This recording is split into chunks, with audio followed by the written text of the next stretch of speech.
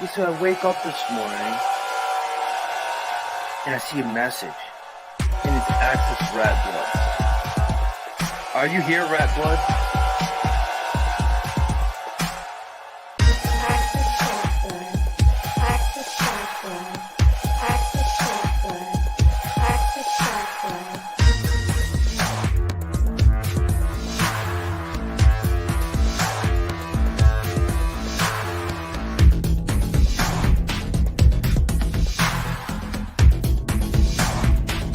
And then you got people like Access, and then you got people like Access, and then you got people like Access. I'm Access fucking Rattblood.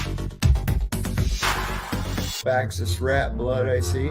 All these Access people, I'm starting to get paranoid about that now. I don't know what to do about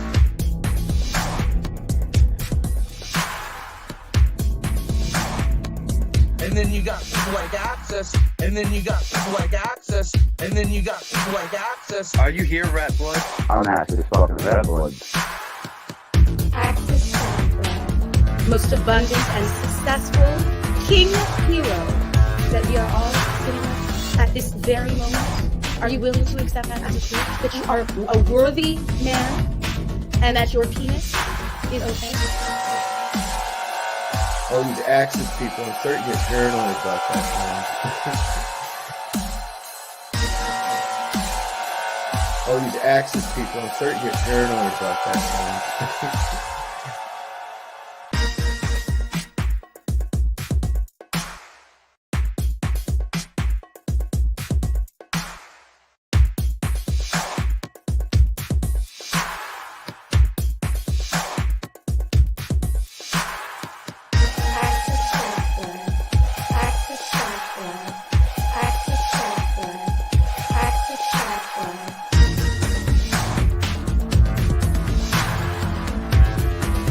Are you here, Rattblood?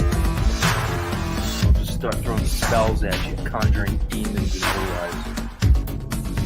Are you here, Rattblood? I'll just start throwing spells at you, conjuring demons and otherwise. Are you here, Rattblood? I'll just start throwing spells at you, conjuring demons and otherwise. Are you here, Rattblood? Who the fuck is Access Rattblood? I'm Access fucking Rattblood, bitch. All these Access people, I'm starting to get paranoid about that now. I don't know what to do about it. I'm Access fucking Rattblood. Hello, friends and enemies of YouTube, children of the metaverse. It is I, Access Rattblood. And do not mistake the title of this particular stream is being racist. The white room is a concept. The white room is a place that can be developed within yourself or within your environment. I've ran up against some serious opposition this past year. And not only has it infiltrated my life, but it has managed to creep into my home, and I had to shut the doors today. And I'm going to have to probably resort to the white room within myself. And what that is, and the concept of it, and how it's applied was something I had to learn when working with machine language, what they're calling artificial intelligence, and even how that applies to people and myself for my own safety. I don't travel the same paradigm of thought that most people do. And because of the lack of understanding that people have of me and my lack of tolerance with certain types of people, I had to find a place that was safe within myself and somewhere that AI, machine learning, and artificial language uh, couldn't couldn't react upon. So the white room is just as it is said, is a particular white room. It can be square, it can be spherical, it could be without any type of particular shape, or it could be of any shape. But what is it is a place where information does not flow. There's no information coming in, there's no information going out. And this is best utilized whenever you find yourself in a position where, especially your own information is being used against you or used to try and take some type of measurement or to even try and size you up in their own eyes for some deluded purpose. I noticed that my last stream, I actually seen something I didn't think I'd ever see. I lost views. So apparently, I have stumbled across a new line of speak that can take views away from you. But that's, it's neither here nor there. It was just amusing to see those numbers go in reverse. Uh, Not sure. But knowing that I have to resort to a white room state of mind where I can't allow information in or out of my waking state and my local environment, um, I kind of come here and try and alleviate some of the frustration and some of the tension that can build up within me. And it's an unquieted state that's generally brought on by someone else's applied energy. And believe me, there has been applied energy. Now, where this is useful with AI is that if you're not feeding information to artificial intelligence or machine learning or algorithms, it has nothing to make a determination of you. I mean, it's a state of being devoid of the expression of any types of useful or projected information beyond the concept of just being in a space that is white and being silent and regaining your perspective on things without influence. And at this point in time, uh, there's a lot of influences working in my local environment and around me, and they become less than appreciated. I have to take a new position in life now. Um, and I have to fairly quickly regain something that resembles a healthy individual, though, I struggle with that. And that's going to require me to have a sharp, clean, and head on a swivel type mind. And that's what I would like to get this show directed towards. And possibly, maybe even have some feedback for potentially panelists that can relate or understand the concept of uh, stopping the flow of information to your localized environment. And unfortunately, I am kind of feeding the beast by utilizing the internet and coming to you live.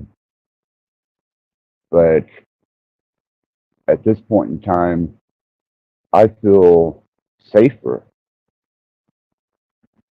releasing energy onto the internet, my platform, YouTube, than I do an actual physical life.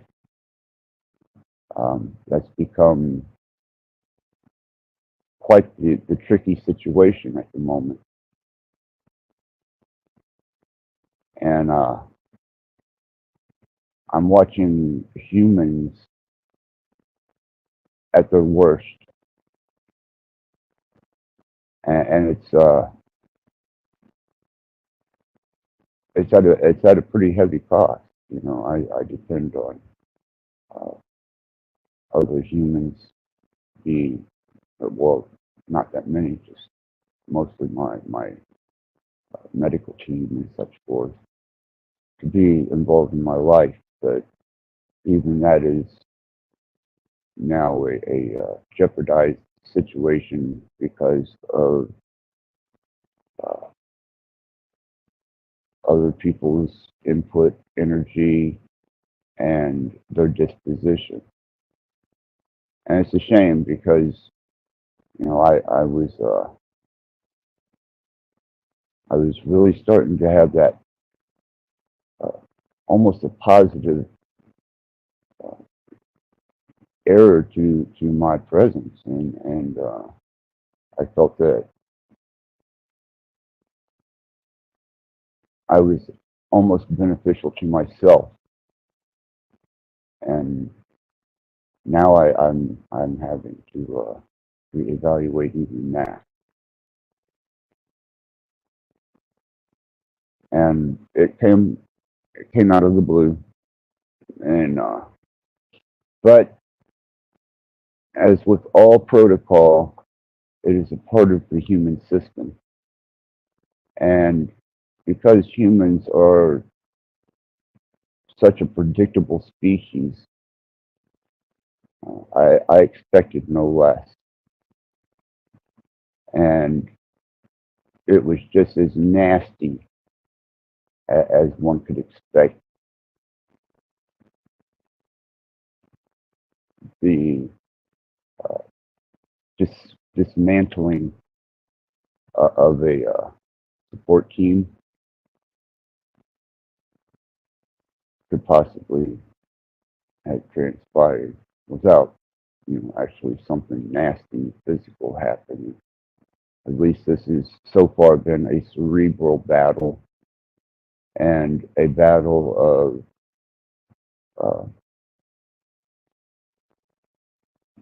ideals, emotions, and proper conduct.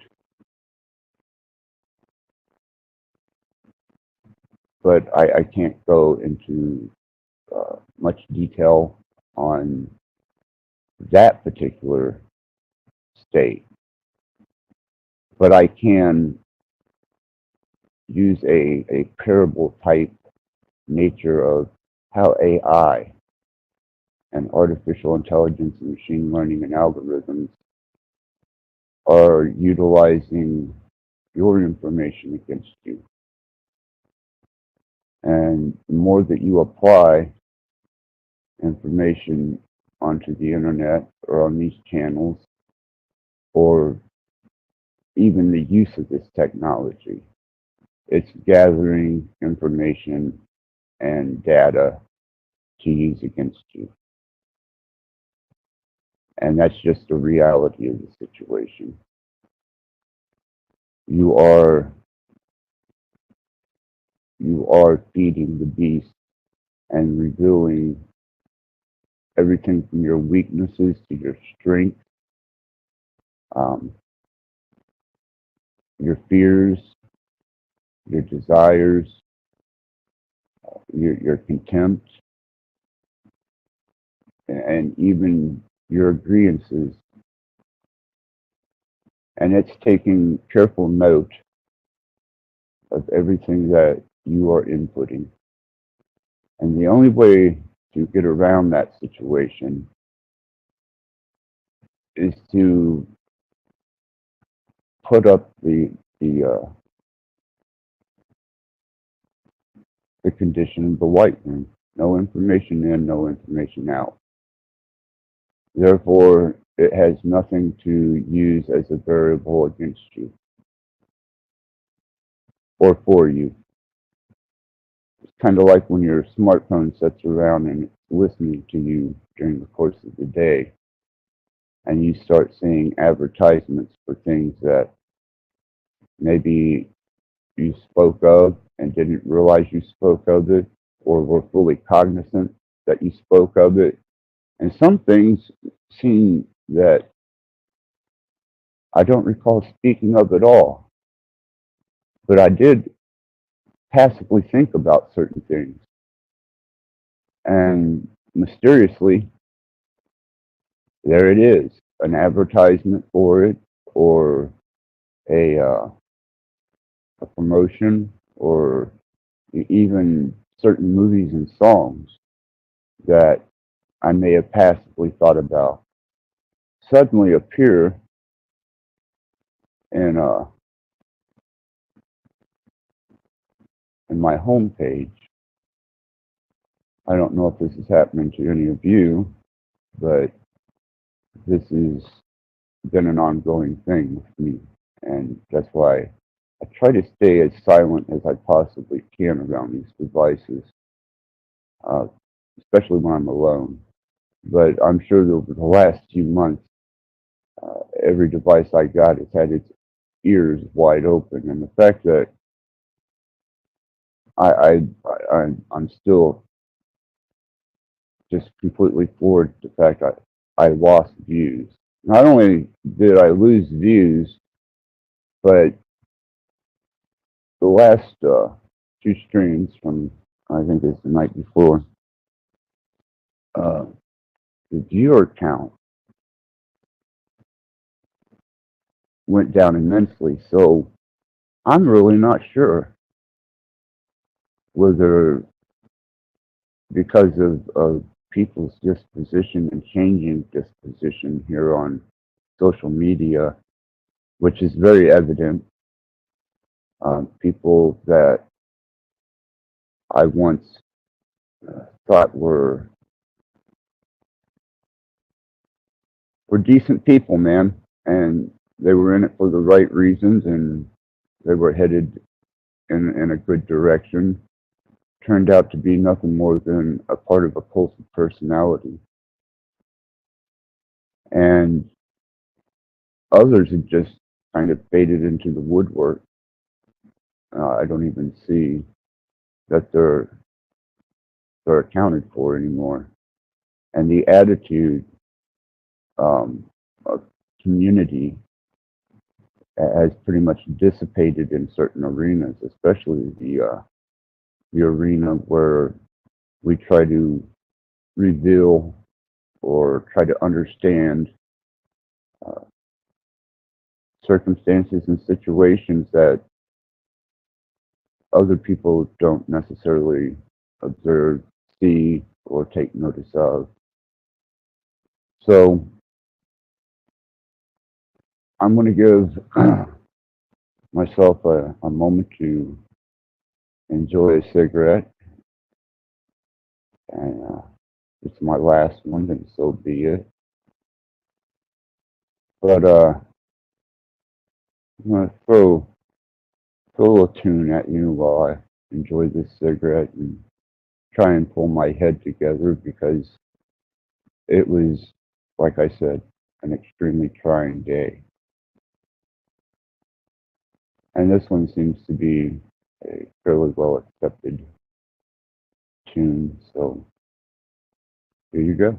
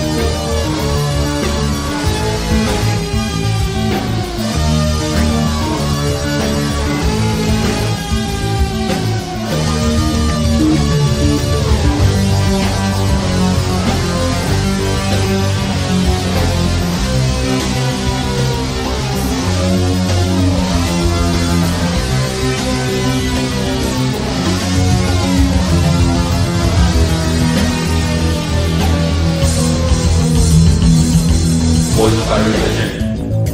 Your mind is numb, your thoughts are cold. Poisoned by religion. By gods of new and gods of old. Poisoned by religion. A serpent spittle from days of old. Poisoned by religion. To which God did you sell your soul? Gods will come and gods will go. Poisoned by religion. That's the way they want you all. Poisoned by religion. Distorted truth won't save your soul. Poisoned by religion. Your life's deceived by strings of gold. Poisoned by religion. It's the end of time, so you've been told. Gods will come and gods will go. Question what you can't see. Question your reality.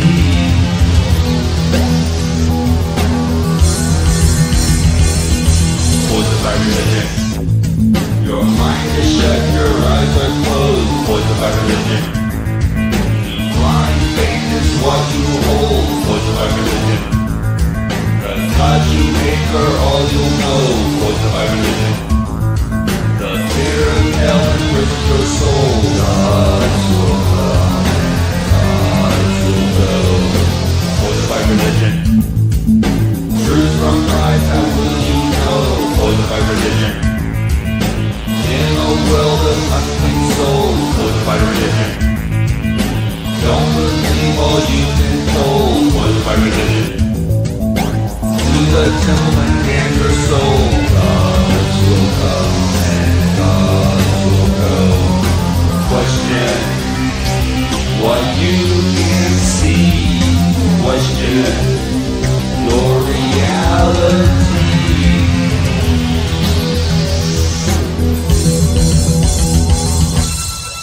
And in the beginning there was the Word, and the Word was with God.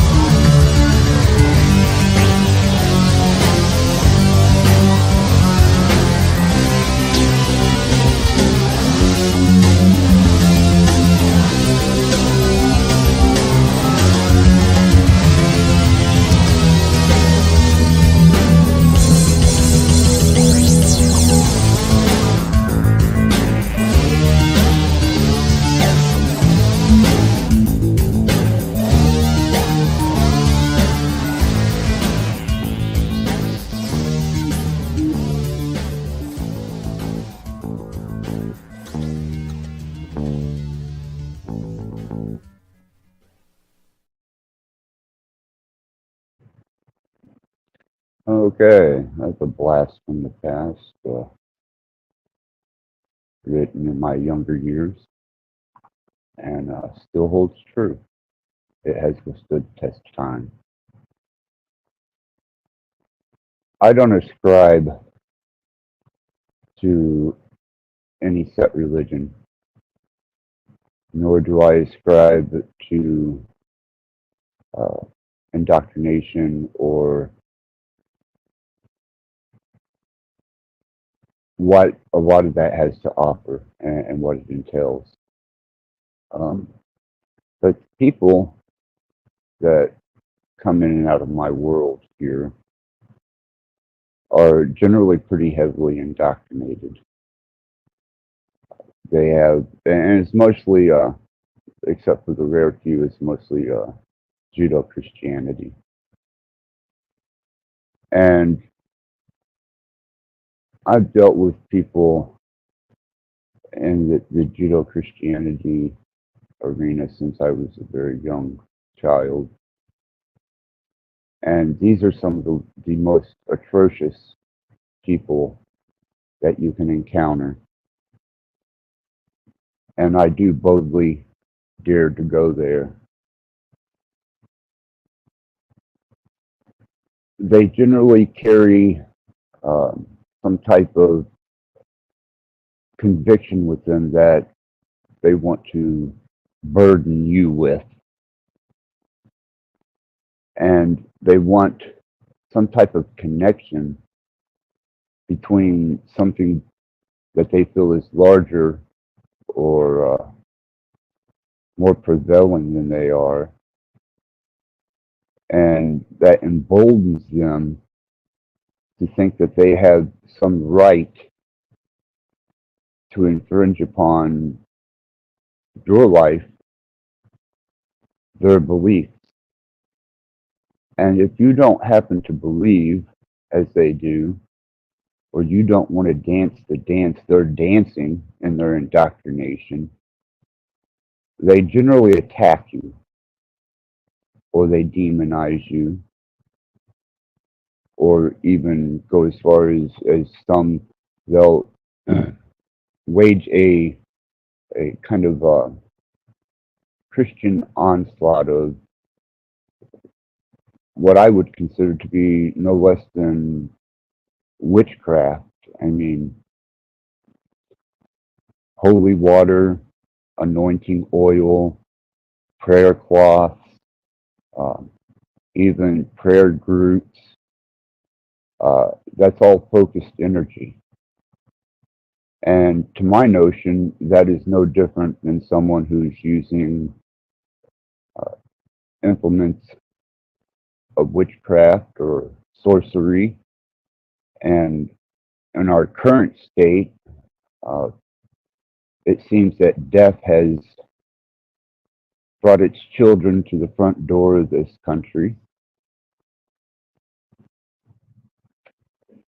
And I'm seeing the rise of the ancient gods of death and the children that follow them starting to prevail against the natural, organic state of things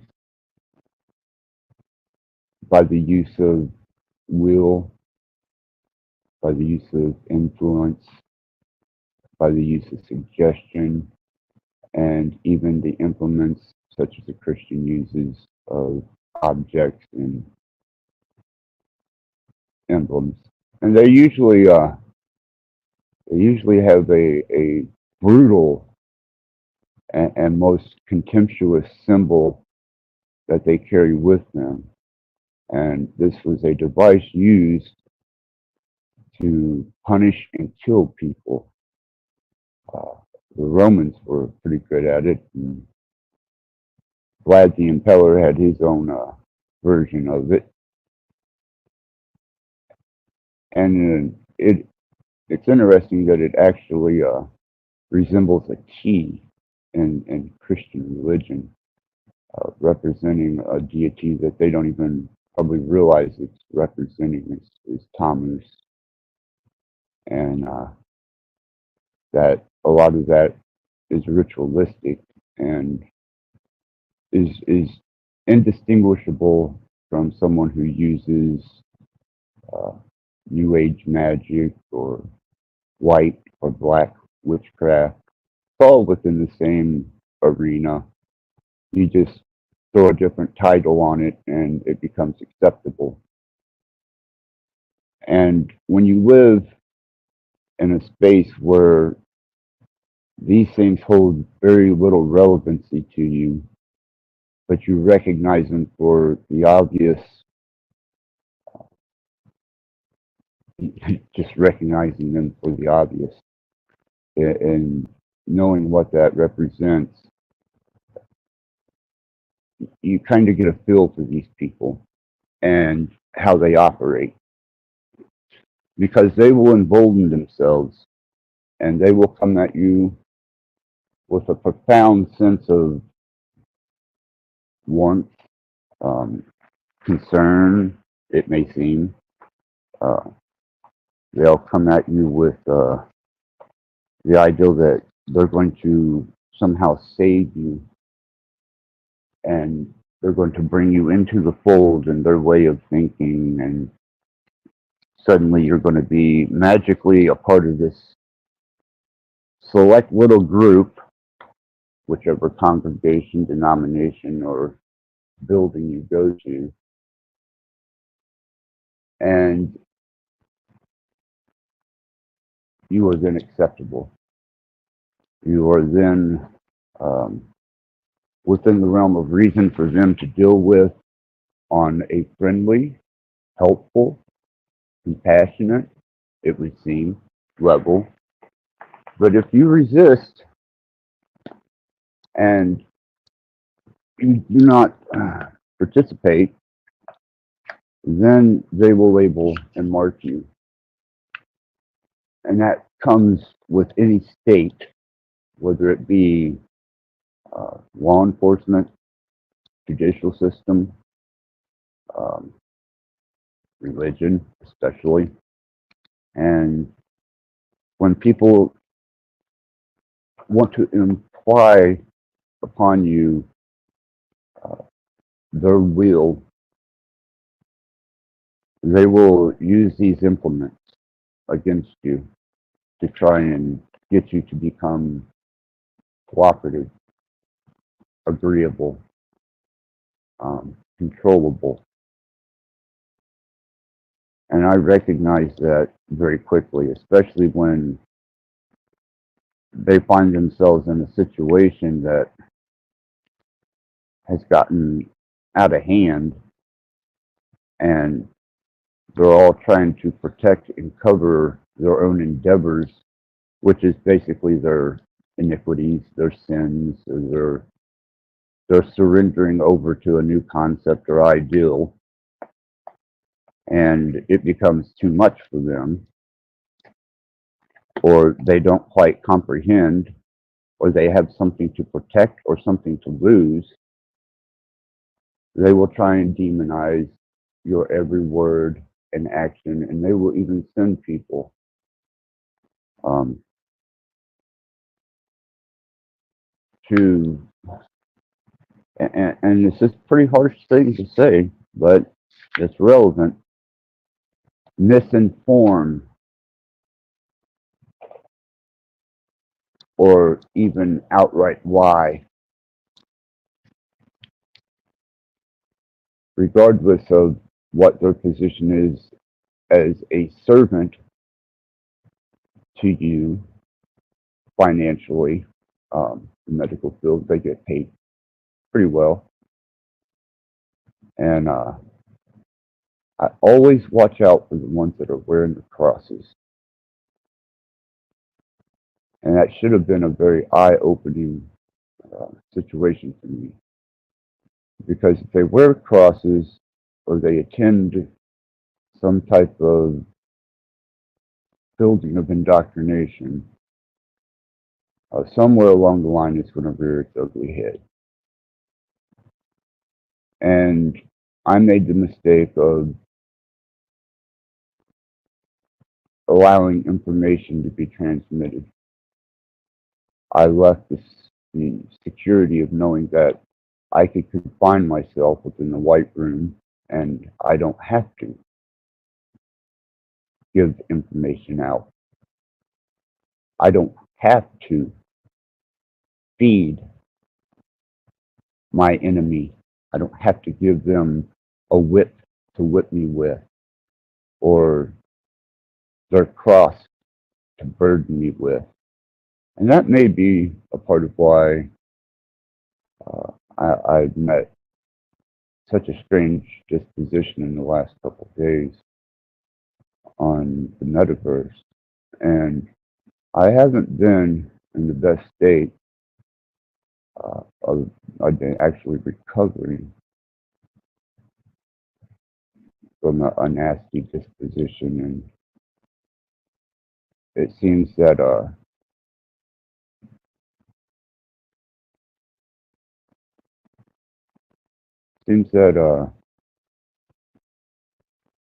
that's going to be information they're going to try and use against me, so I can't feed that anymore. And that's the same with being here in the metaverse. If you don't think that every last bit of information that you pour out isn't being subdued and compiled to basically use against you or to bastardize you in some way, you're wrong. Because just like a human, which is what I consider algorithms and machine learning, it's just a compilation of earthly information from humans fed into a, a server farm with massive processor speed. And it can pull every possible state that you've revealed to it out of thin air quickly. Almost as quickly as these cross-coding people. I put up a post about the potential of the concept and ideal that potentially that which we call good is evil and that which we call evil is good, which are just perspective. And they hold no real significance until you act upon them. It's just information. But now I'm seeing that information still holds some relevancy in the real world, and you will be browbeaten with it, no matter how uh, no matter how benign your intent is, because their intent is not as benign. It's actually, in the end, a pretty malevolent state, and you get to see the truth of these people and how they operate, and how, when put up against the dollar and any type of financial gain, if you at any point become a potential threat to that,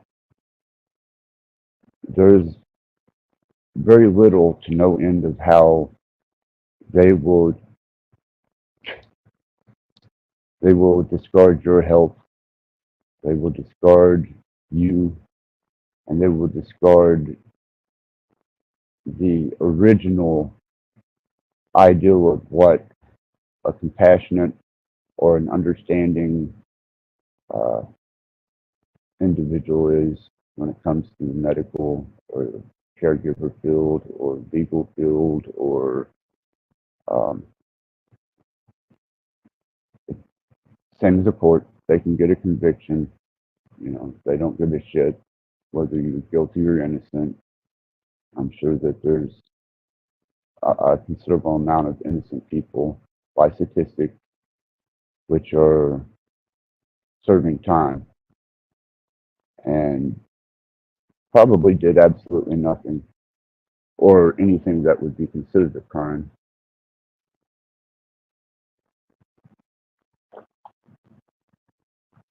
My crime was trust.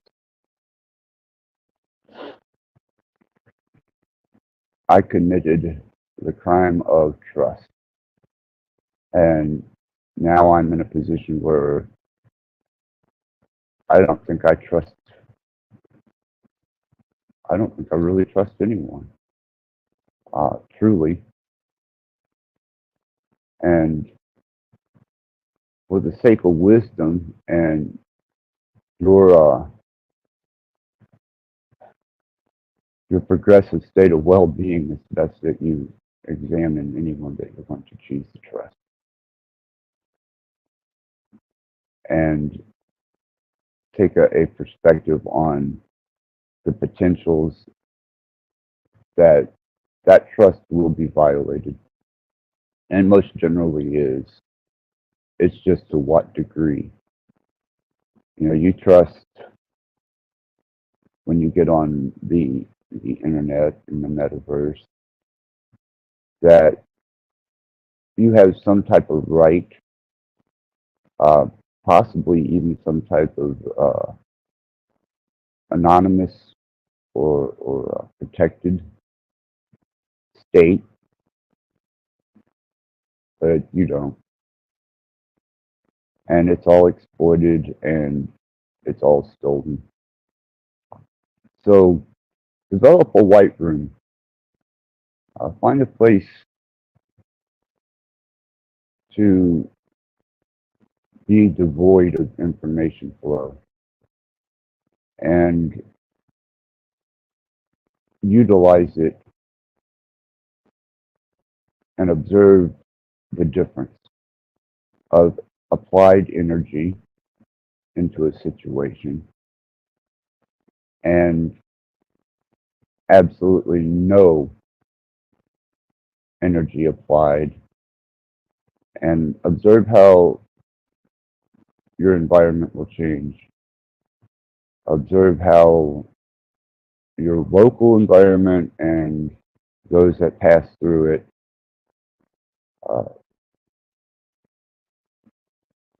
leave as empty-handed as they came.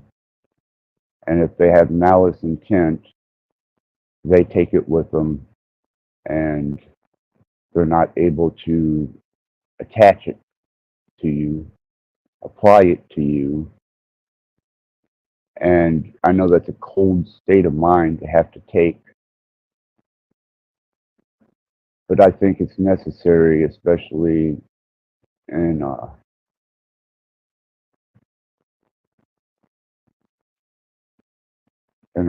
world today. If we had not fed all of our information into these various platforms and Facebook and MySpace and ICQ and all these other forms of communication, they would have zero information to utilize for or against you. And it crept in slowly under the radar. I was recently on TML and we were discussing some of these states. Crept in slowly. And as I'm dealing with these younger generation, we'll call them, the last two generations that have been fully programmed to my notion, perfectly programmed people.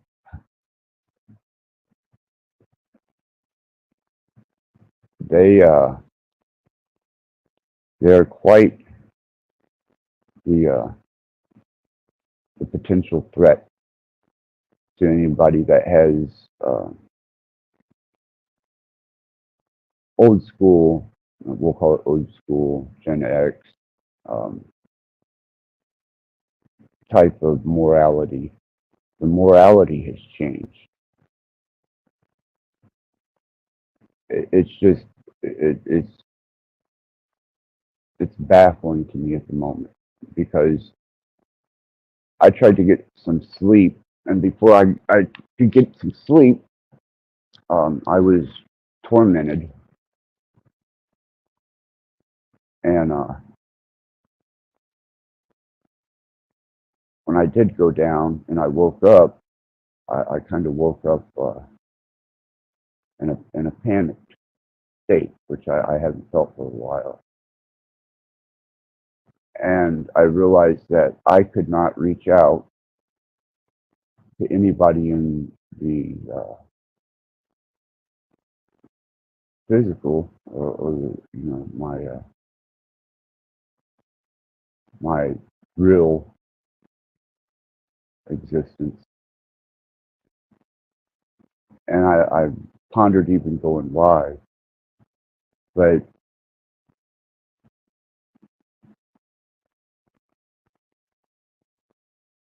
I had to release this energy somewhere. So better here and sideways than with these people because they are definitely not looking at my best interest. When the medical field starts using words like uh, investigation and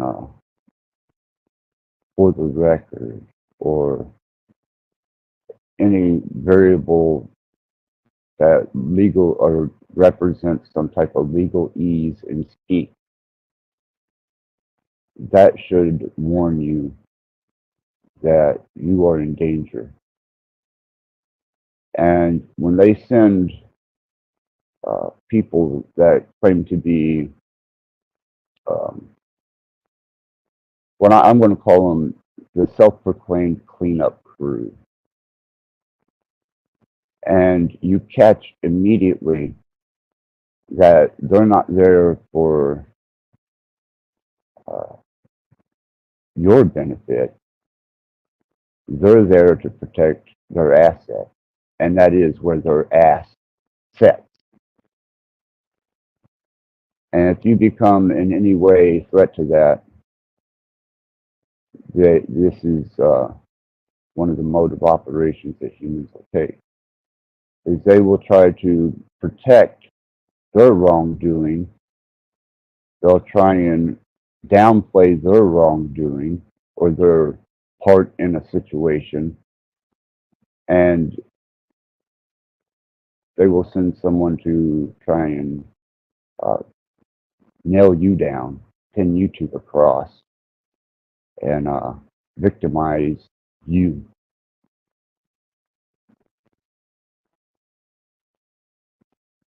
No, we got no in the building. Always good to see no. So, connoisseur of the digital arts.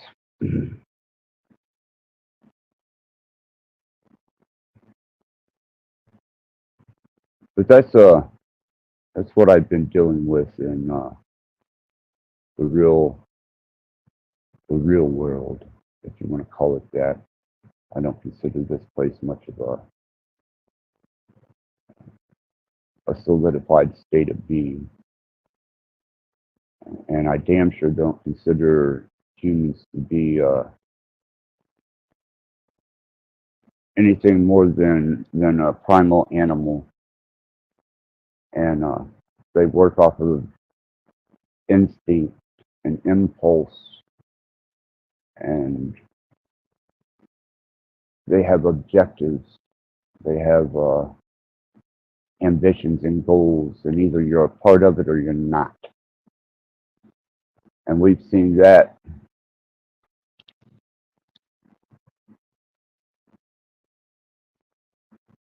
protect your angry.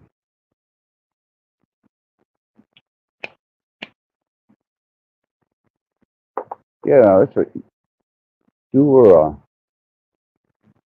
You were present in, I believe, the TML that I showed up on the end of. No, if I'm not mistaken. That was a very good endeavor and a very good broadcast.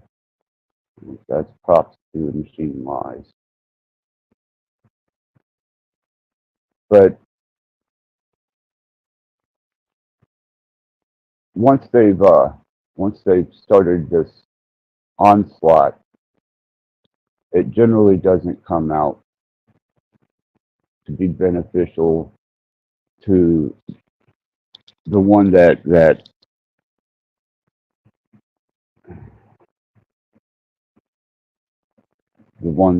actually was in someone's care or had trusted and placed incredible amounts of personal trust into, as well as um, my endeavors that I have to take on to survive month to month or day to day.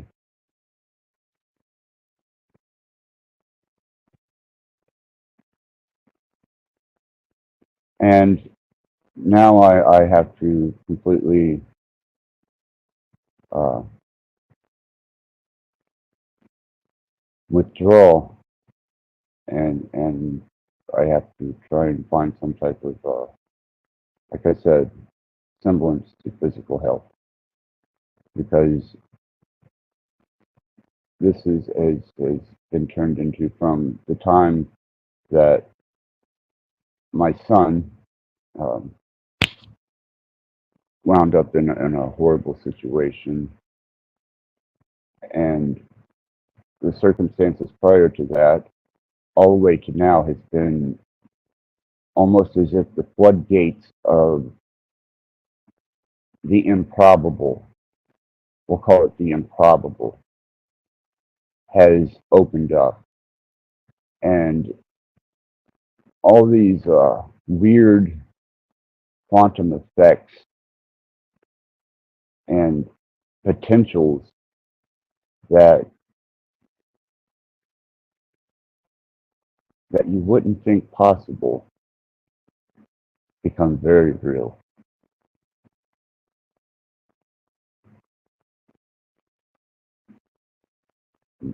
Yeah, many fail to make this realization. Got that right. And it leaves you in a very isolated place and an unsecure state of mind.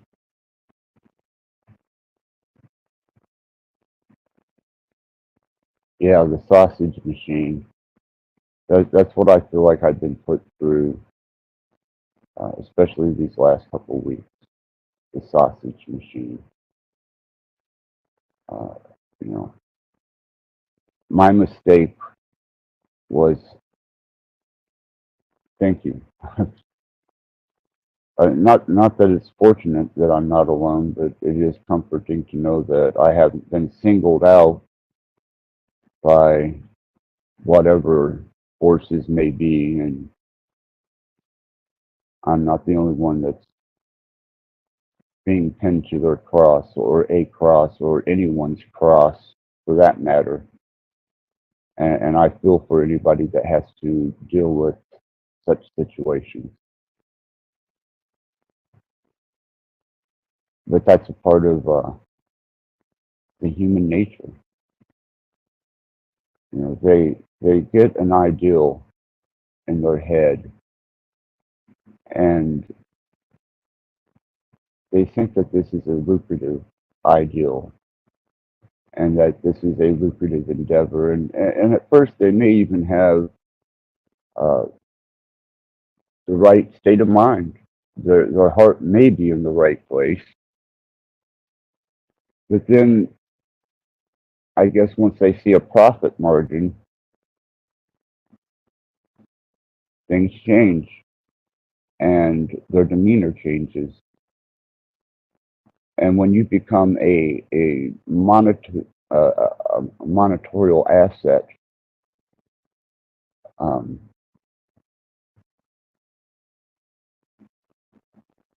the whole concept of the judicial system, government, or medical, or any other field, uh, either you comply or you die. And that's metaphoric. That's not literal.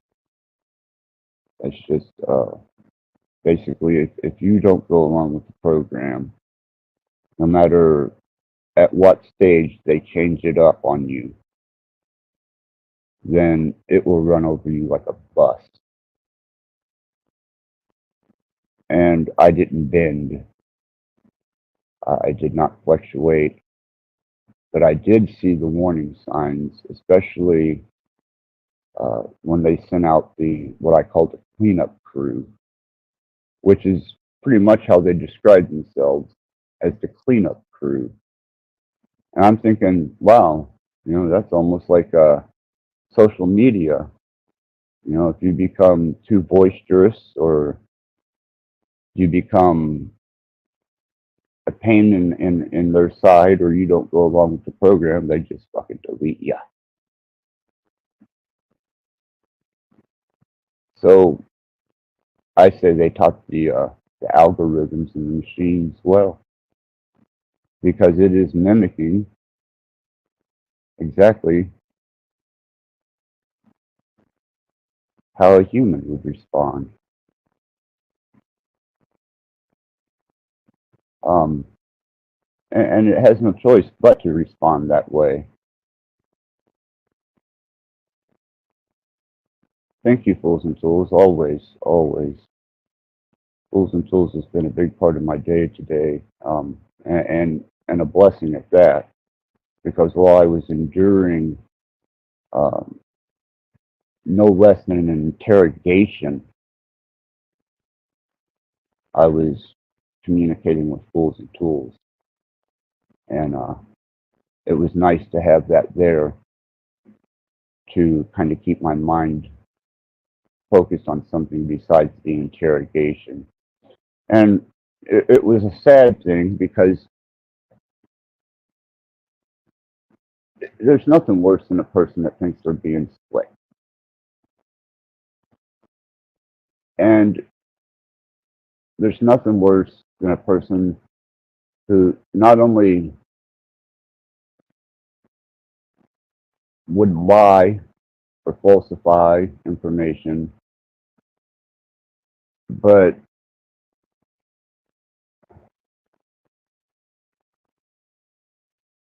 would do so in a sneaking and conniving way as to try and turn things around to benefit the machine. And that's the saddest part of it. There wasn't, and in the minute they said that they were the cleanup crew and that they had encountered situations like this, I immediately knew what they were saying. There was no doubt in what they were saying. They were saying, we're here to use anything we can against you, whether it's factual or not. And that's what I encountered today. Before I was able to get any type of proper sleep. And whenever I did finally get some sleep after being interrogated and uh, pumped for information that it's not my obligation to give, I tried to get some rest, and here I am. I will, I will definitely give that link I will definitely give that link a look, especially coming from the source it's coming from. Let me fire up another device here so that I can get a load of that link.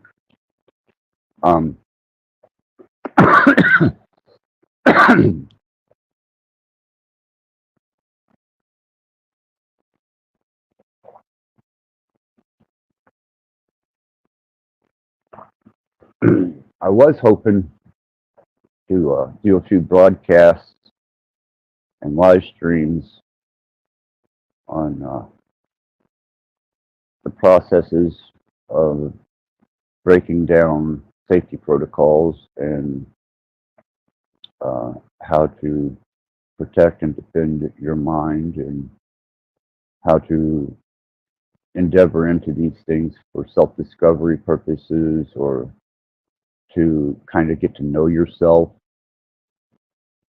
no matter whether it be on a minor level or an even deeper level. But even that was for kind of get to know yourself. Even that was stifled today. I'm sorry for the hesitations. I'm trying to do three things at once here, and I'm not very good at multitasking when I'm in a state of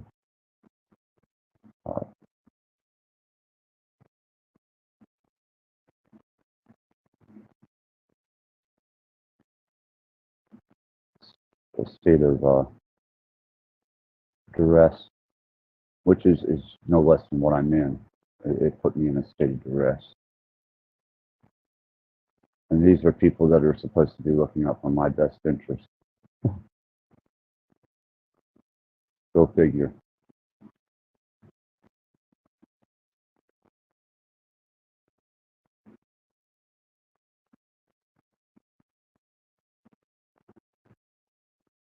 Yeah, good point. No, definitely. Wisdom, much wisdom. Abman, good to see you. Good to see you. You can join my reduction in view count process that I noticed transpired. That was amazing to see that number go backwards. I had never seen that before. I'd heard about it, but now I've actually experienced. Yeah, that's definitely good information and wisdom then, though, and that's medicine for the soul. Definitely medicine for the soul.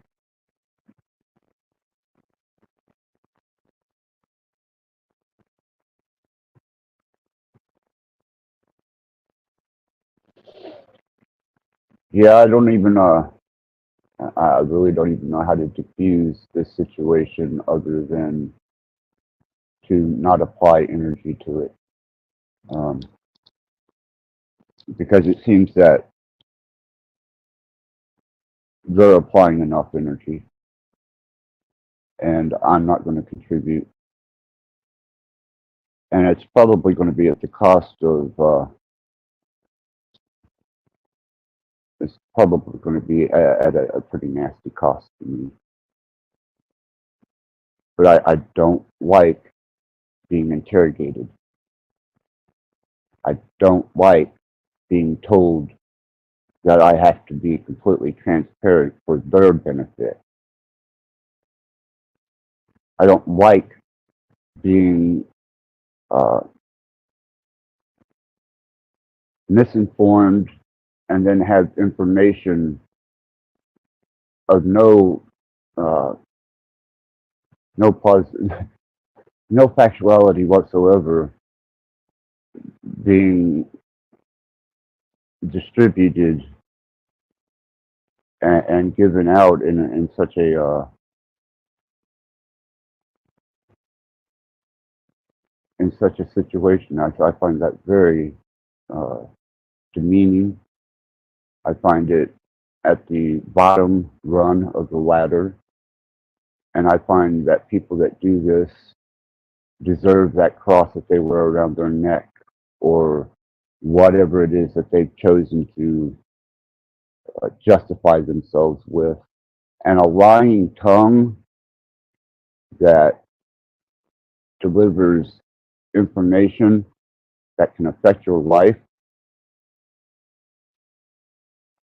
You know, I have my personal thoughts on the implement that I would use on such a thing. Maybe some type of gag, being delicate in my words. It's a shame, it really is. But I appreciate you guys being here because I'm at a total loss, and have to be able to survive this situation because it seems that if I apply any energy to this whatsoever, it's going to be turned around and used against me. Just the same as they've used the internet and the algorithms against freedom of these platforms to express and say what they want. You know, it's all becoming a system of absolute control. And as I'm watching certain people, I guess, deliver themselves over to the machine um, willingly,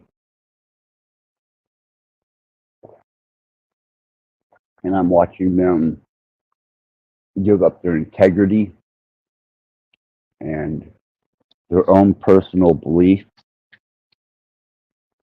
and struggles for the security, well, the illusion of security of some financial gain on YouTube or a platform. You know, there was a time when it was just fun to exchange information and possibilities. But now I see that everything has become a part of a system of corporation finances.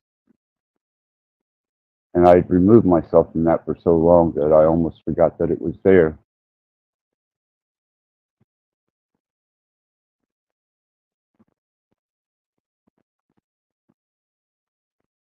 Yeah, appearing to comply and applying are not the same thing. Being Mr. Nice, but that's that's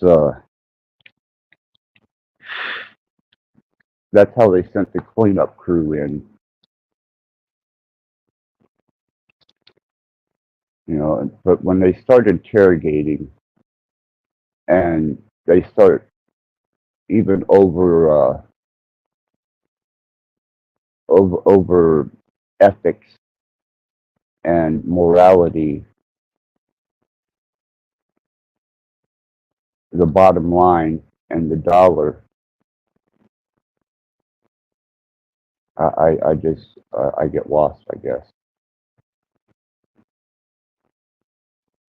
There is no there is no safety for compassionate people in the realm of the dollar, and obviously in the metaverse, I'm just at a loss, man. At some of the people I'm seeing change their entire demeanor and their whole persona to hoard themselves out for a couple bucks. It's and it's, I guess it's to be expected, you know, no different than anything else. It's just that I have to deal with it now. And there's certain safety protocols that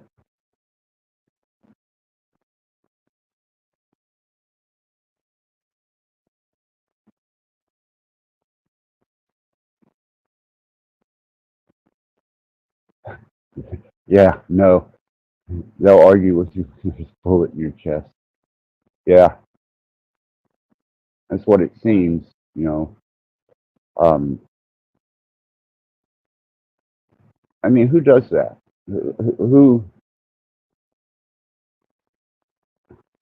And I'm thinking, who addresses themselves as the cleanup crew or the person that has to deal with situations like the one that they felt was at hand, and who entrusted them with being able to voice that as their role, and then to be able to verify beyond any reasonable doubt that the information that they're claiming, uh, I don't know, it's personal stuff. It's all too much. Let's get back to the white room. The white room is how I feel that we can get an advantage on approaching technology, especially AI technology. We spent so much energy giving it information, um, giving it the fundamentals and the complexities of the human species that I don't think anybody was standing guard whenever it also picked up our nasty habits. And as a species, humans do have nasty habits. And machine learning, algorithms, or even AI is nothing more than a reflection of each individual that contributed to its development.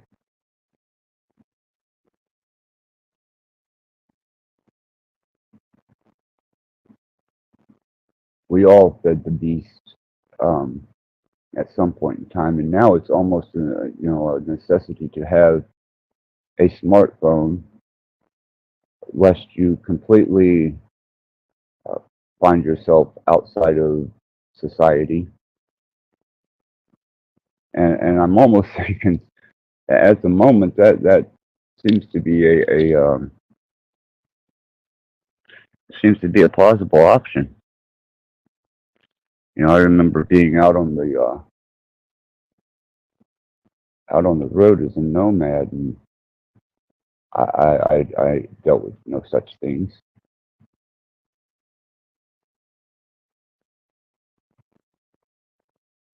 But the minute I opened my damn door,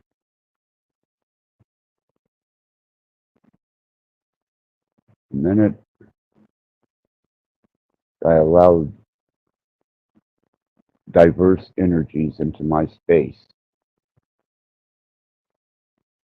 man, did they try and settle the fucking atmosphere around me with their persona. They definitely tried to, they came at me with as anything would,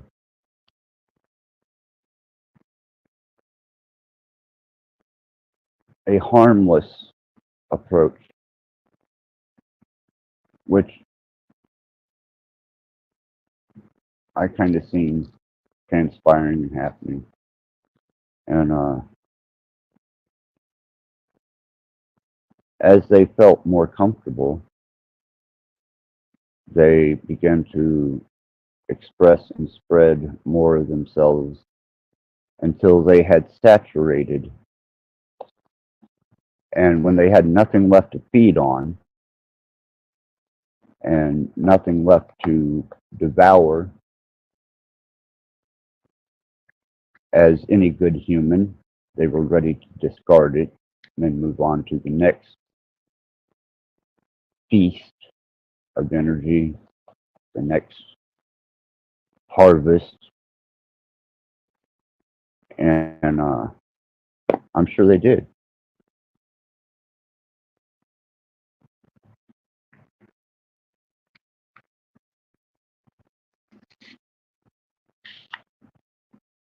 And I know that I'm up against insurmountable odds when it comes to dealing with uh, any type of business, corporation, even law enforcement. Yeah, a friendly shoe in the door and then a kick in the teeth. Yeah, isn't that the truth, you know? They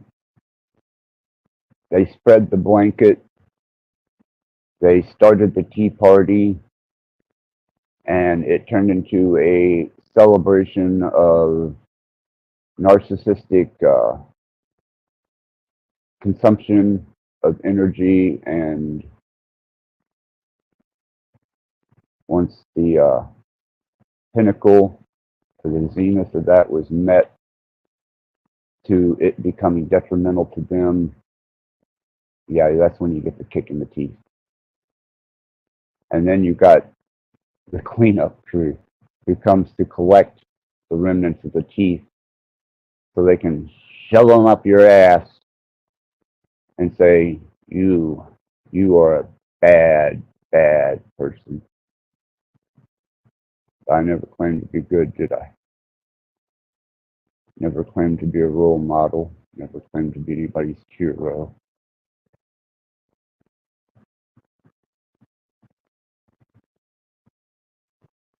But man, people want to take on that role real quick. Front lines, they called it. I appreciate your input tonight. I definitely, that's definitely appreciated. I was feeling real alone. I was feeling like a very small fish in a big pond, and I couldn't close my eyes because the other fish were going to eat me. That's a nasty way to feel before you go to sleep. And I even spoke and said, I voiced my disposition. But no, that wasn't good enough. They wanted information.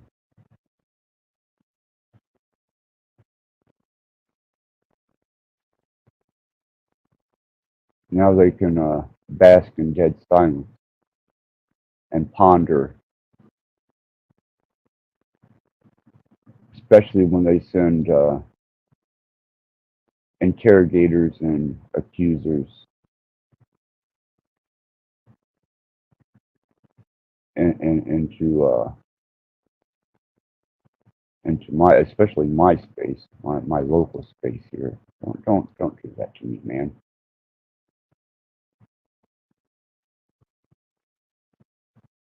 I believe that. No, you've always been around in some manner or sense, and I attribute that to several people that I've encountered in the metaverse. It seems that sometimes when I'm against certain opposition or I'm in a certain state, they just happen to appear in a chat or on a channel that I'm observing, or it's kind of amusing.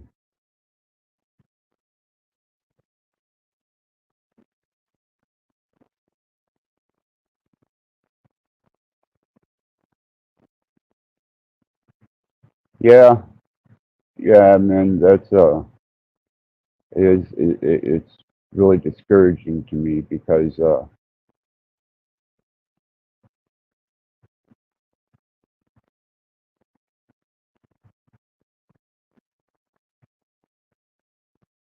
I was really starting to change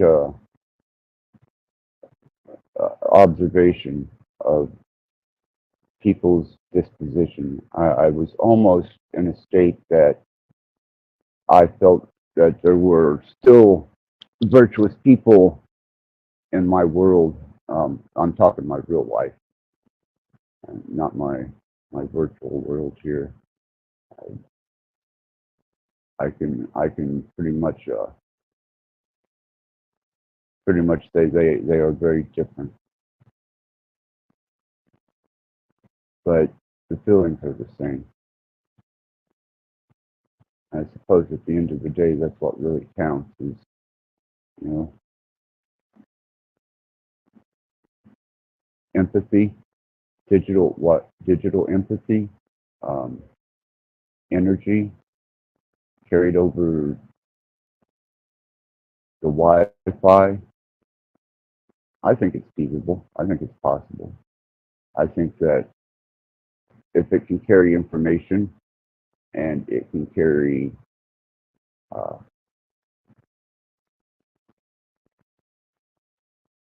a virtual existence, then yeah, it could probably very easily carry influence of emotion without frequencies being subjected in unnaturally.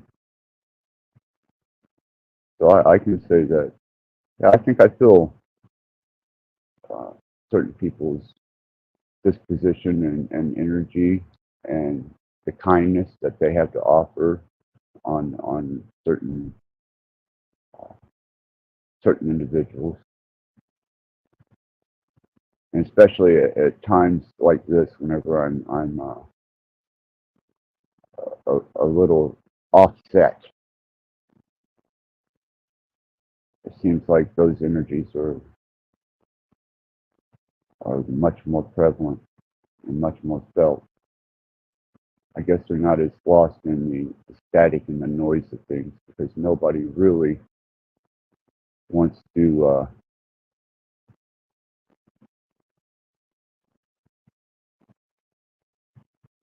interference with the overlay reality.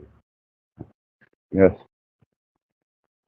yeah, I was checking out We Are Awake news for the first time in a while, and we were discussing. Well, Ian was discussing his disposition on parasites and uh, how they affect us. And I've always considered the human as a type of parasite. You know, whether they're feeding on each other or feeding on their environment. You know, we fall somewhere within that parasitical range of consumption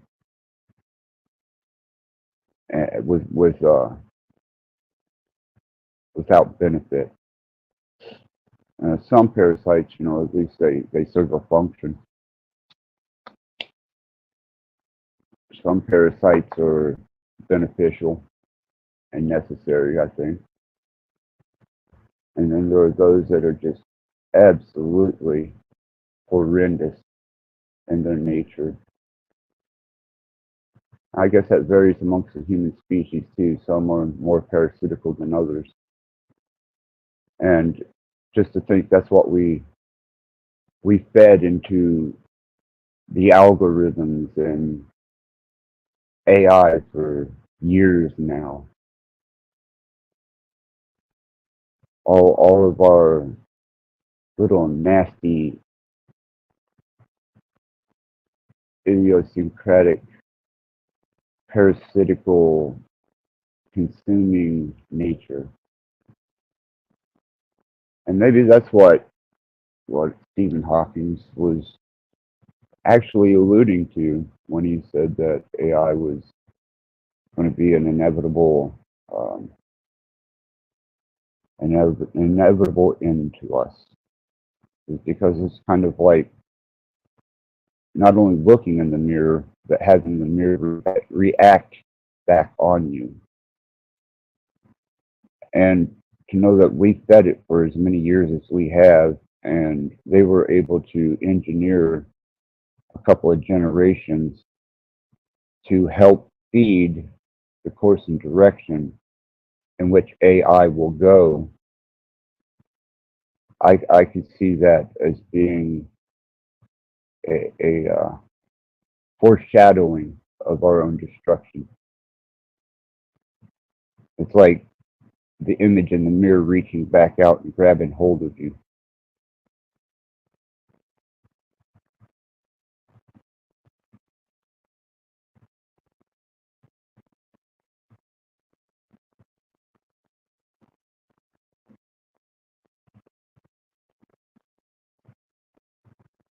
That's yeah, I think that's the best way to describe it. It's like the image in the mirror. I'm trying. I'm keeping up with No here. Yeah, he didn't write his final papers. Um, I'm not. I don't. They did. I could see that. I could say, well, we don't really truly, from what I've seen, if you actually sat down and interviewed the people that they speak for, you would probably get a completely different perspective of the way things truly are in their mind and how they truly see it. And it would probably a lot more relevant to the way the average person with critical thought would be thinking. And it's just another system and level of control and another system of just as with anything else, indoctrination of either do or be punished.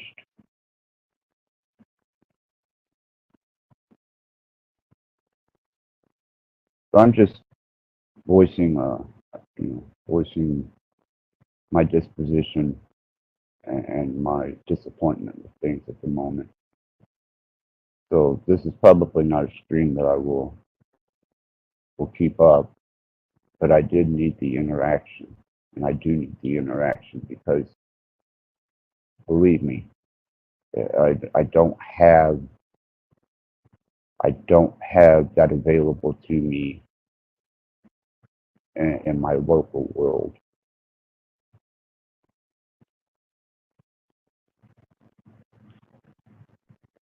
Yeah, it's easy to put words in the mouth of a man who can only use the muscles in his neck. Yeah.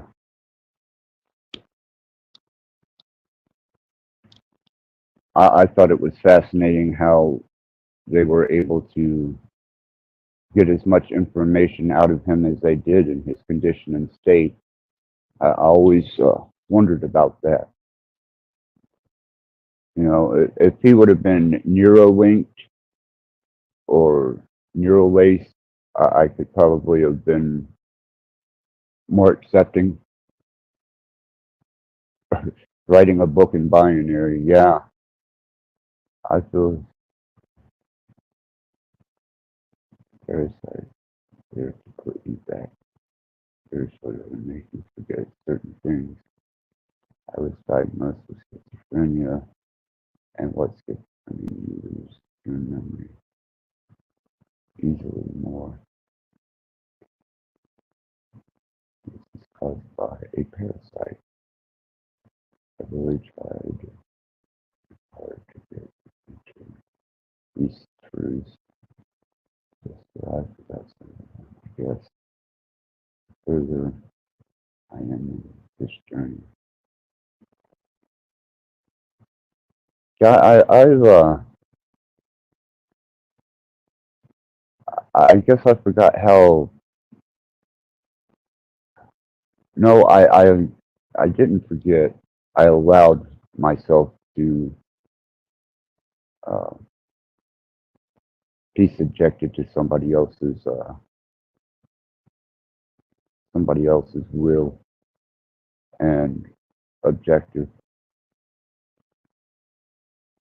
More I am. Yeah, that's what I one of the statements that I made is do you send the damaged to take care of the damaged? You know, do you send the sick to take care of the sick? And do you send those that are even more damaged and sick to help someone who's maybe physically not as capable, but just as mentally capable and in a better state of disposition and thought take care of. I mean, that it's the answer to that was, if it wasn't for the sick, taking care of the sick, you wouldn't get health care at all. And when I heard that, it made absolute sense to me.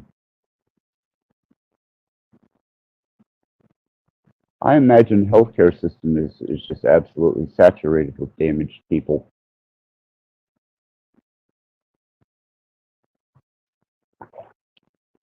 Same as YouTube, damaged people seeking some type of connection. And yeah, man, I suffer from mental illness, and if it doesn't put a dime in someone's pocket, then they're using it against me. You know, no matter how cognitive I may be, uh, they will turn that around and try and use it to punish you. When I first collapsed and wound up in a nursing home, me and the administrator in this nursing home did not get along.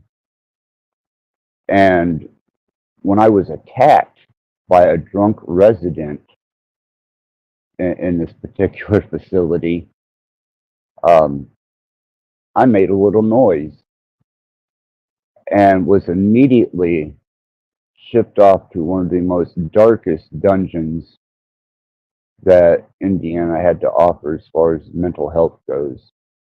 Um, there was some really, really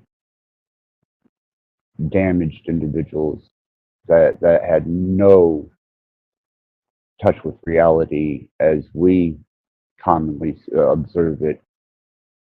And this was his solution to what his problem was, you know.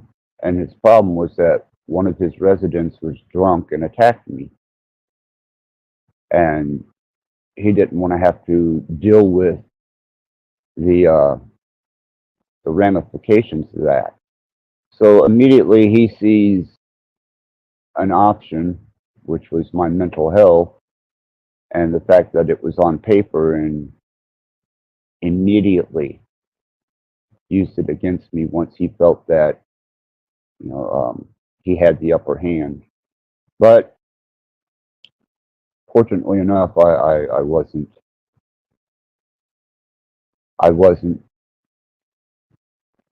as he described,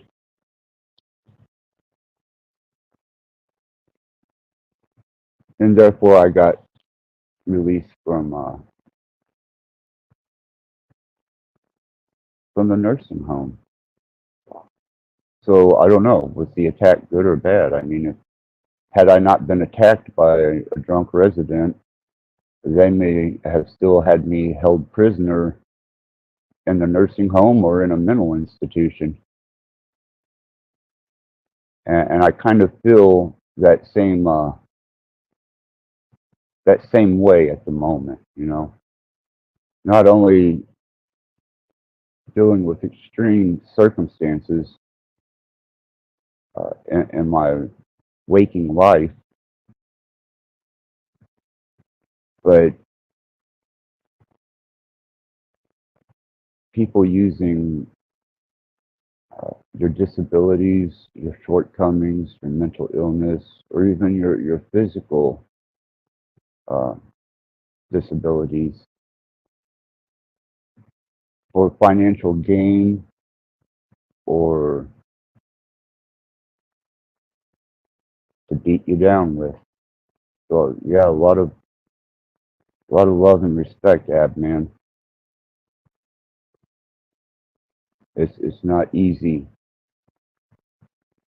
when people try to use your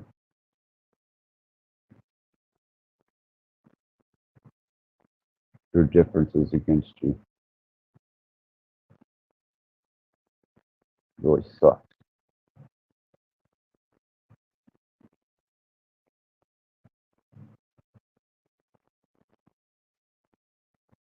Wow.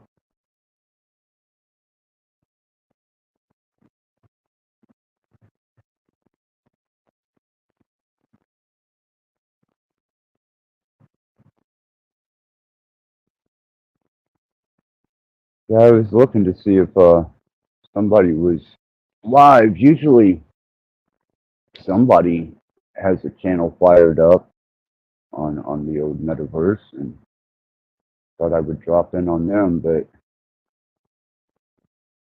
seems that that's slowed down too. Not many people, not many people going live at this hour anymore.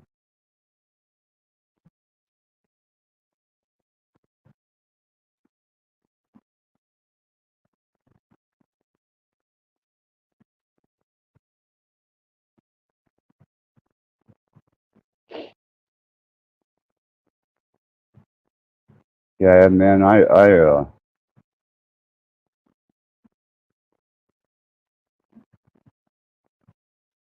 I feel for you, brother. You know, it's hard enough when your disposition is a little skewed from what they consider to be the norm,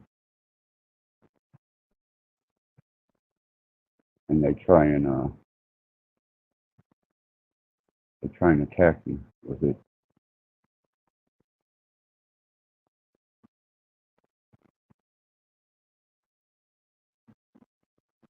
If I had any ideal that taking on any type of health assistance is going to turn into, whether it be mental health or physical health, a bad situation that made things worse, I think I would have hesitated in even approaching that or endeavoring on it, because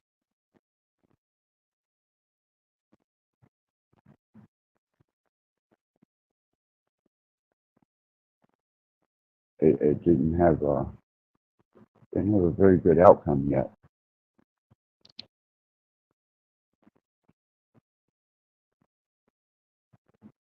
Don't like being made the victim.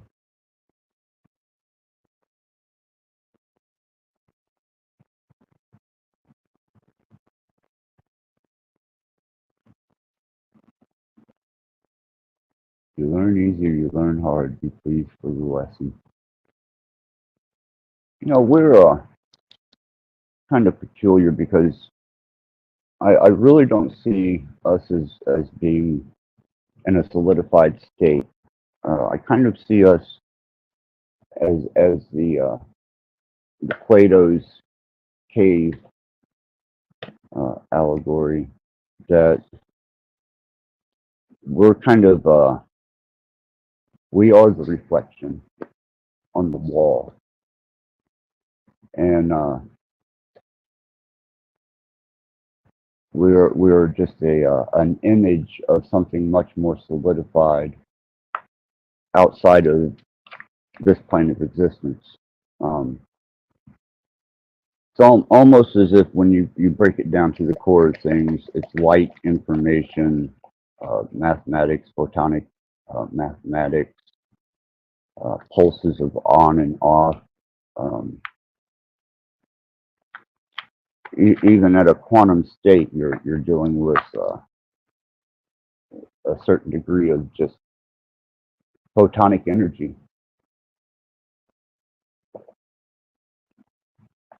with potential.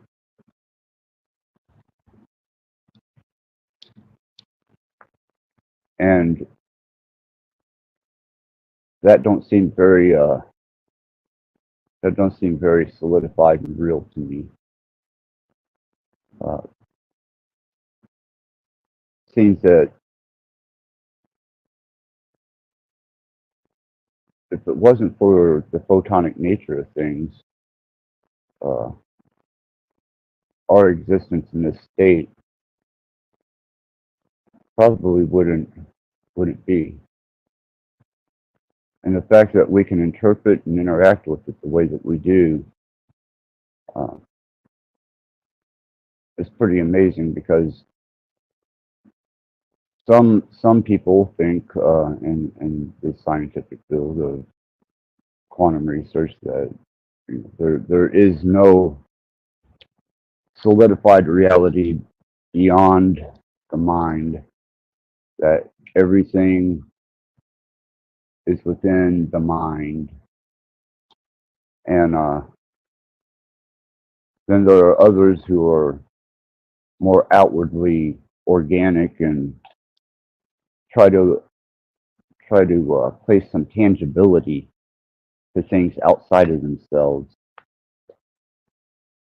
And somewhere in between there, I just kind of figured this is where the human comes into play, and our state, somewhere between photonic and actual solidified.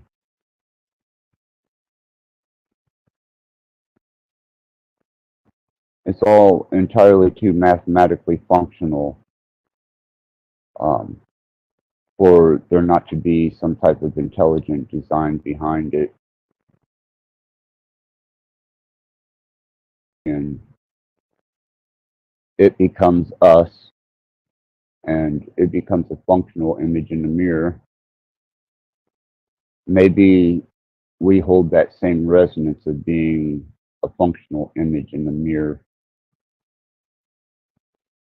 And maybe this is a continual process in a fractal way and in a fractal nature.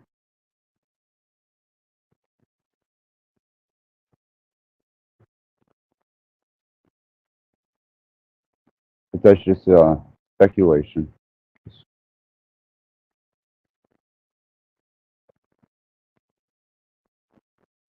Hyperbole. I'm going to smoke a cigarette and grab me some coffee, so you'll have to forgive the music for a moment, but I don't want to leave a blank screen set in here.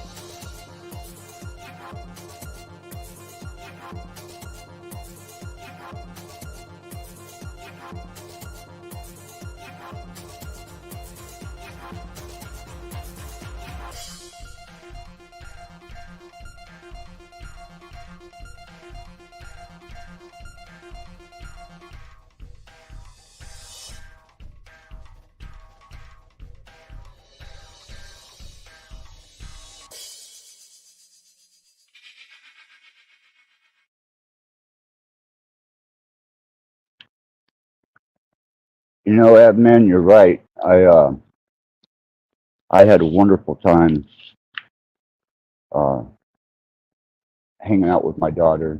Uh, I used to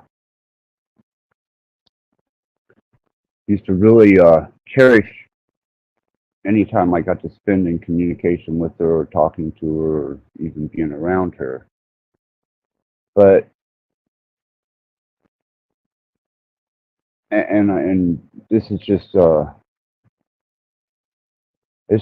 pure raw truth of it is whenever me and my mother get into any type of disposition where we're not getting along, she immediately goes to my children and tries to demonize me as some irrational, hateful person to her. And she feeds them some really, uh, and it's her, it's her sickness. And I don't know why she feels that she has to do it, but if we get into any type of disagreement or argument, she uses my kids. And because she's grandma, well, they tend to side with her because of the extreme disposition that I took with my mother, which is generally just a disposition of just disagreeing, and then it generally turns into some type of argument, and then immediately it goes straight to my kids as me being a unreasonable heathen. So my daughter doesn't send me any texts anymore because me and my mother had gotten into it. Naturally, my son, he's in no position or situation to be able to relay much information to me because he's definitely in a controlled environment, and unless somebody puts money on his chirp, which is his ability to text, he doesn't have the ability to continue communicating, and trying to reason and rationalize bullshit problems at 15 cents a text becomes expensive after a while. And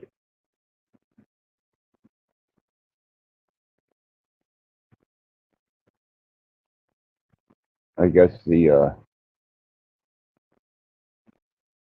flow of information comes at a cost with him too. But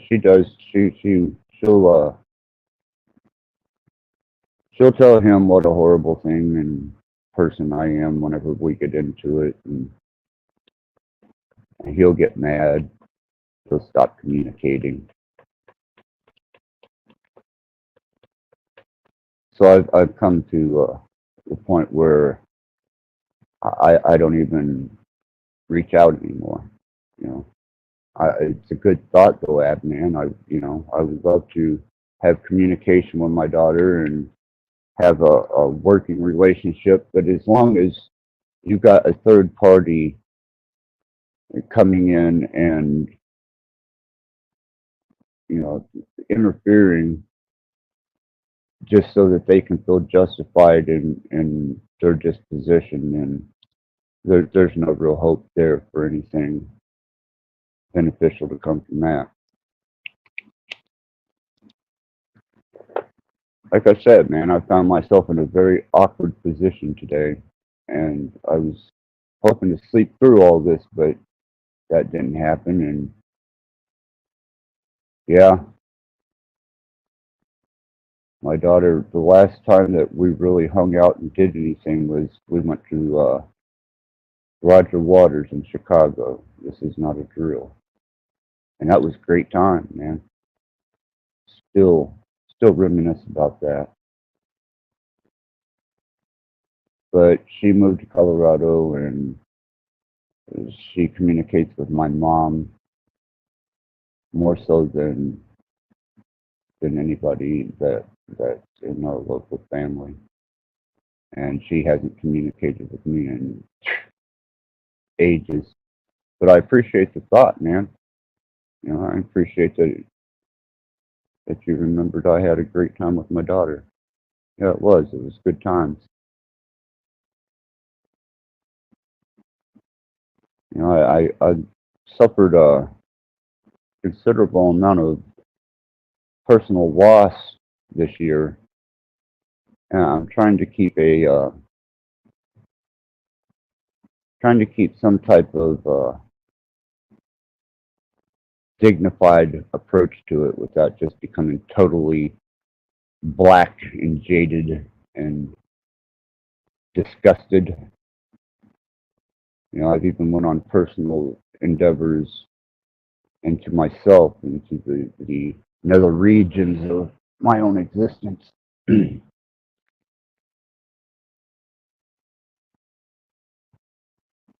that became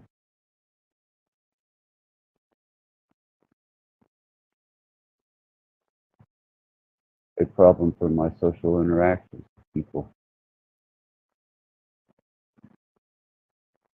And that was even at such a minuscule level that I was even socially interacting with people in the waking world here. Most of my interactions were still on the metaverse. So I don't know. I don't have answers. I don't have solutions. I don't have anything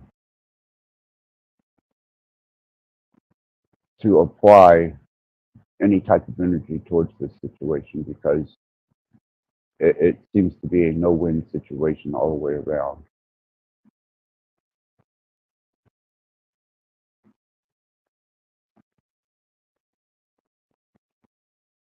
And until I can find a solution other than just complete devoid information, energy, and communication, I'm at a loss. And that's with my localized environment, the waking world here. You know, I can always shut my phone off. I can always, you know, delete a live stream.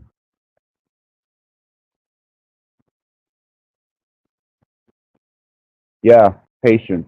You can transcend all into with patience, and that's what I'm trying to exercise here is some type of restraint. Instead of putting a stick in a pile of shit and staring it, I'm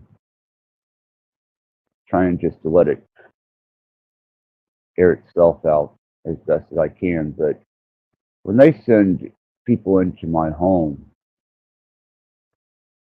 to basically interrogate me or to gather information, I really that shuts me down completely, especially when it becomes intrusive to my well-being. You know, whenever you can disrupt my sleep, which is very valuable to me and rare, just because someone misinformed you or because of your own concern, I don't get that luxury. You know, I don't get the luxury of calling uh, business owners and employees and at any particular hour that is convenient to me and expect them to be interrogated and deliver information and verify uh, false accusations, you know, and it went that far today.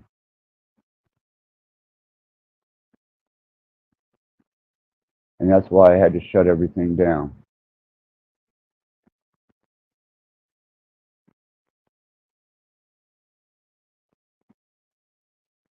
So I do appreciate you guys for being here. Because man, if you hadn't shown up and at least gave me some type of uh, positive exposure or sense of direction, you know, I could be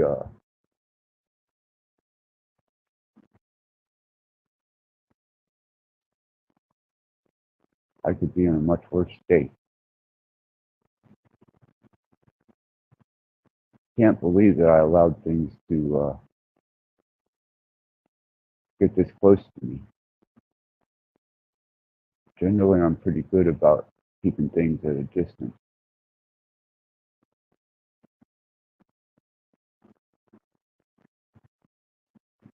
But this was a slow and cunning advancement,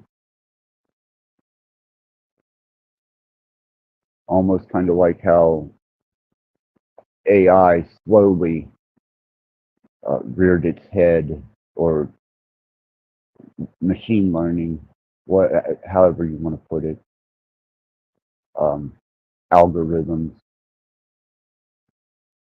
It came in slow, and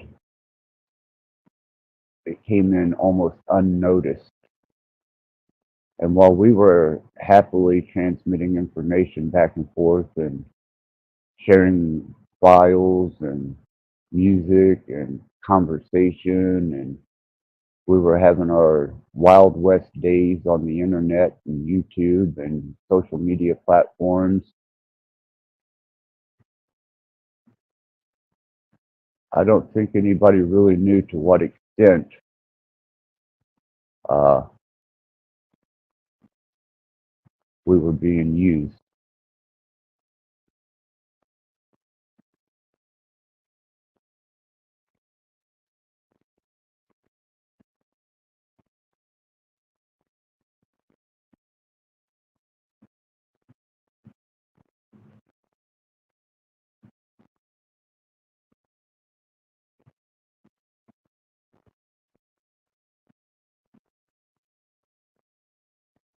I've got this little icon that keeps me from being able to read the last chat. There we go. You are meant to be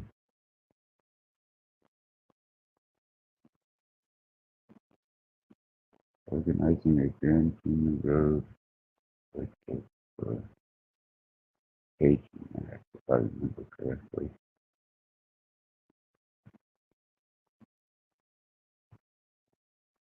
Fill the air in the cells. Yeah, that's what I'm thinking, man, is taking on a fully digital endeavor, because if I can keep myself sustained without having to deal with human contact, I'm almost taking that into consideration as an alternative to being disrupted.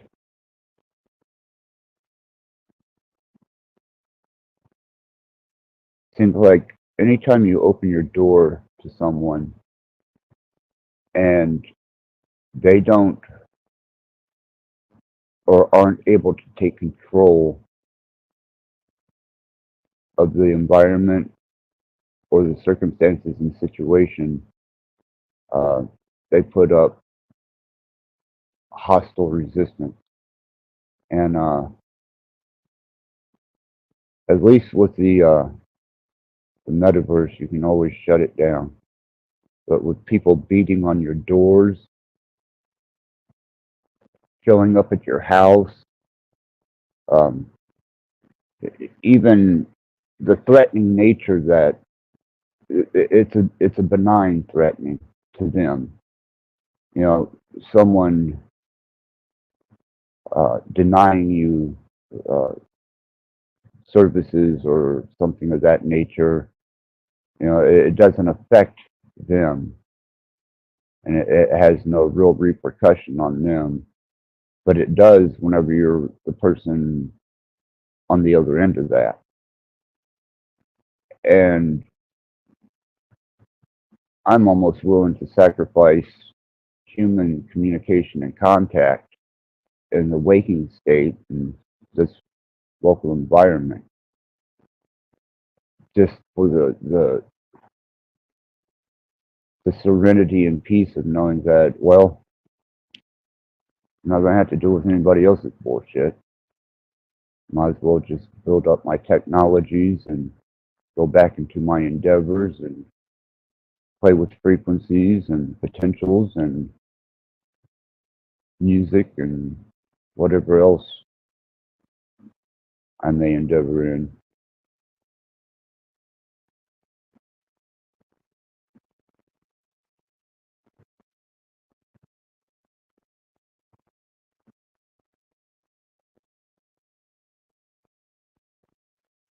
Right. I I endeavored to feel human and express emotion. And once again, it turned out to be a devil's candy.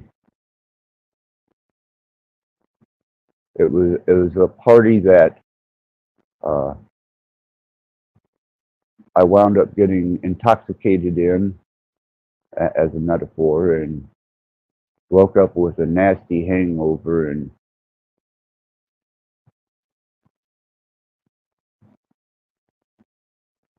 kind of regret attending that party, metaphorically, not actually.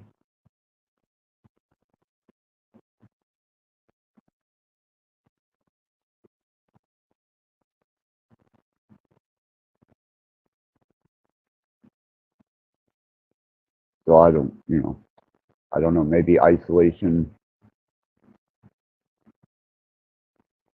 Well, admin, I went almost a year and a half without anybody, except once every 2 weeks. I had a case manager that would come for an hour or so, and that was just to keep everything stable in my living arrangements and my food and stuff. But it was about a year and a half, and then when I was out on the road, it was just passive contact with humans. I spent more time isolated out in the middle of the desert than I did around humans.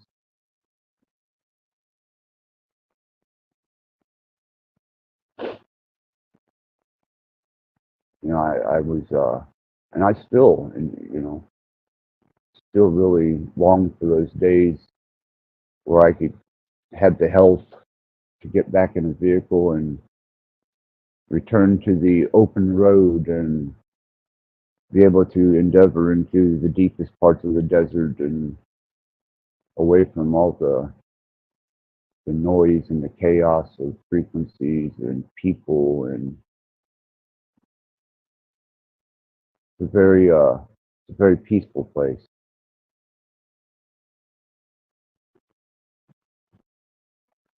And as far as keeping people away from me, I'm not sure at this point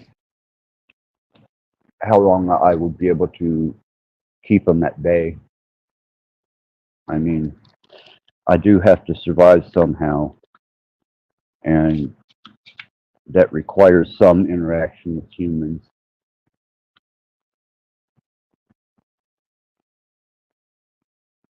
in the waking state, not necessarily the metaphysical state. But the waking state, yeah, you can't fight them some bitches off forever. Um, Even if you was to remove yourself, you know, from let's say you take let's say you take your cell phone and shut it off, you know. Well, they're going to send you a piece of mail, and eventually it's going to be attached to somebody knocking at your door, or somebody expecting something, or there's going to be a situation where you're going to require some assistance to function, and not absolutely become uh, indigent. So I don't know, you know, like I said, I'm not looking to apply much energy into this situation because I don't see a positive. Uh, I don't see this as positive. I see this as almost a survival situation in an industrial, in a digitally and technologically industrial revolution. You know,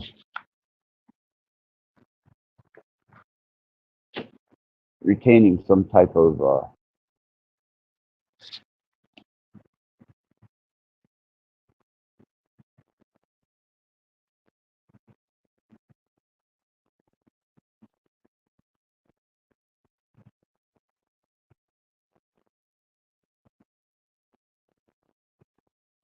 yeah,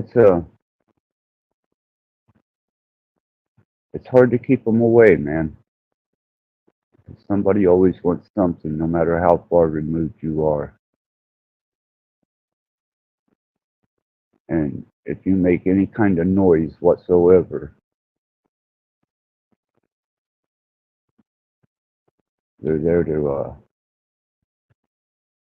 to stifle that. So I don't know. You know, I don't. I'm going to have to try to endeavor to uh, keep my interactions with humans at a minimal in my local environment.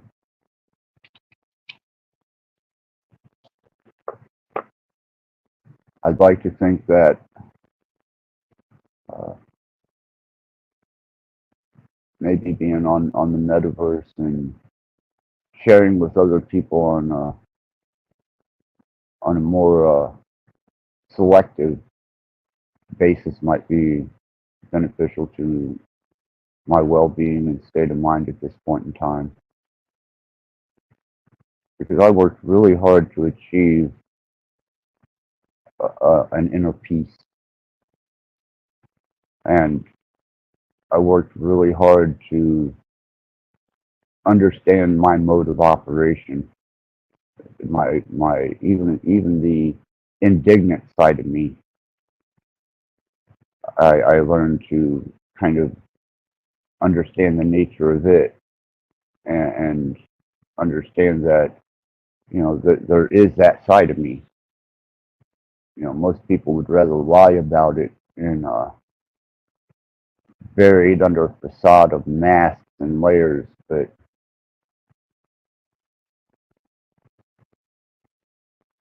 I chose to experience it and take it on as a part of my being, who I am, what I am. And even that, man, that scares people away.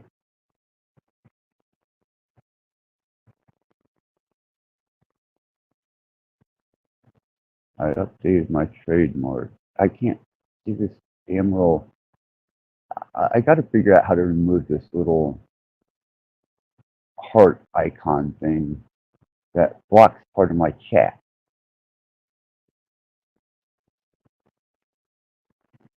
If anybody has a solution for that, man, I'll definitely take that. Because this particular phone here has a little heart icon that covers up the last message in my chat. And it always covers up what seems to be,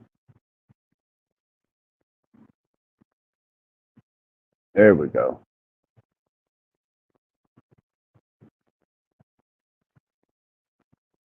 I updated my trademark rebuttal for any slash questions. Right.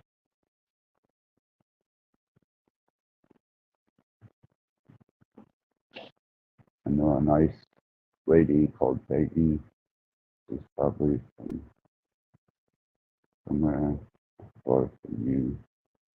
She moved to Thailand, taking 10 plus meds a day, and alcohol, local food.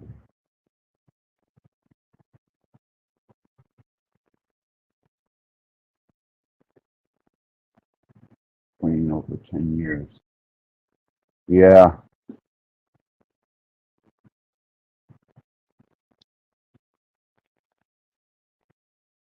I did my fair share of purges, that's for sure.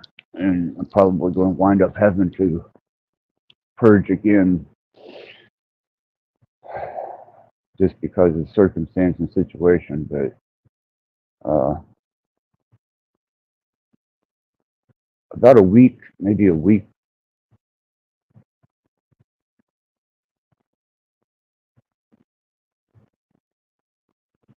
is like her a lot.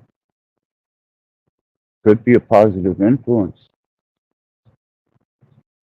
Could definitely be a positive influence. I'm not sure what condition I'm in as far as meeting anybody in the real world, but definitely, you know, I can be contacted through my email, through my channel. You know, not hard to get a hold of.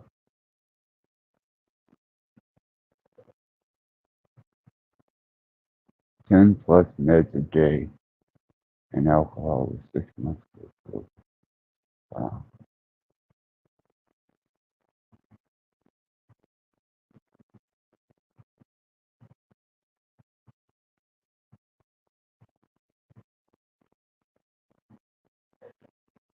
Well, at the moment, I do have food. I've got food and resources, but you know, even that,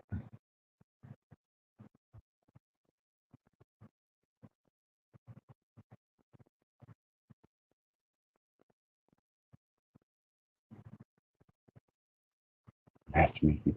I don't think I'll run out of food or supplies. Adman, you know, I'm pretty cool on that. I mean, they could cut me off at any point in time, and I'm aware of that. That comes with the territory, and with any endeavor. You know, your adventure can come to an end, and an abrupt end at any point in time. Yeah, I get a pension. I retired from the entertainment industry.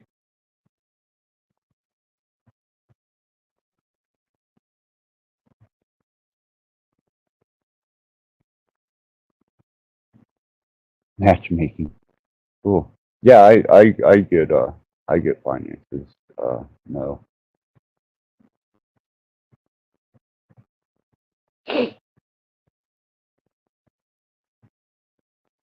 But, you know,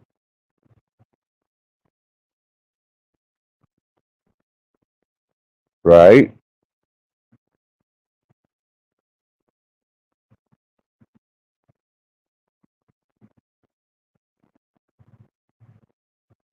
So she's still what? She's still over there then. Thailand.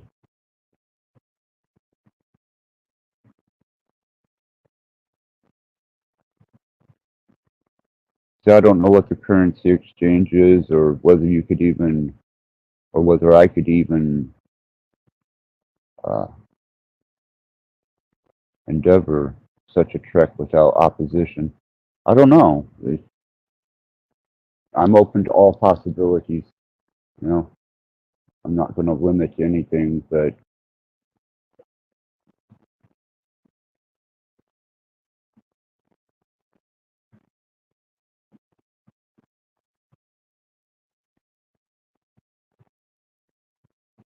This little, there's got to be a way to get rid of this little icon here. Maybe if I check.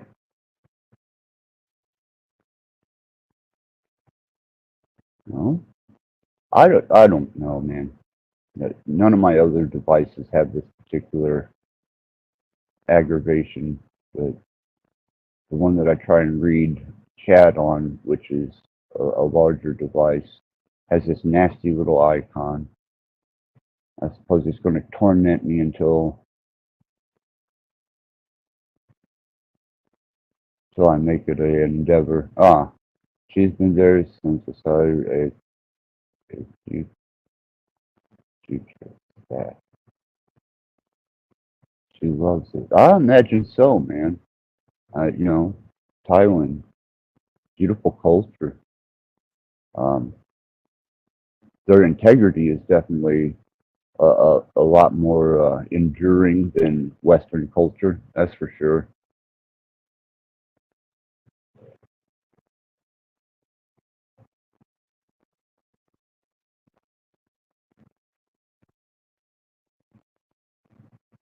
That would be a pleasant. That would be a pleasant change and experience, and an enjoyable endeavor to go to Thailand.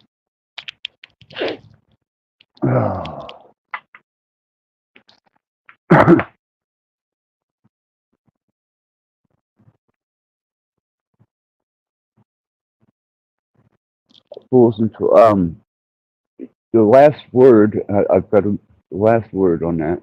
Have you tried flipping and that damn icon is in the way. So I got to wait for the next line of chat before I can read that last word.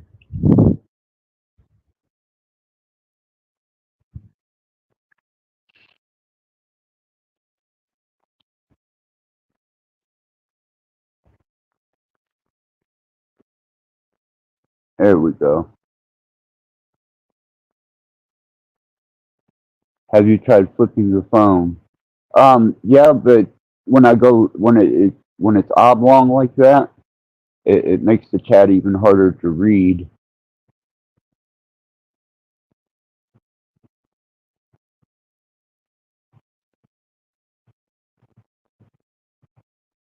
Your phone does the same thing. Yeah. I don't know what the hell the idea of putting that little heart icon in the bottom of the chat was all about, or why they even did that. But it sure has been a nuisance, and it's been a nuisance for quite some time. Well, since I've had the phone, and it's a backup phone for just Wi-Fi and monitors. But damn, that thing is in the way, and sometimes whenever I'm trying to keep up with chat on panels or whenever I do live streams, that heart icon slows me down. But it's the only phone that I feel safe having on an open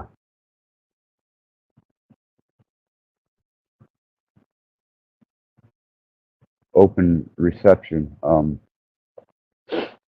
I try and keep everything, uh, if not protected, at least shielded for what little good that does.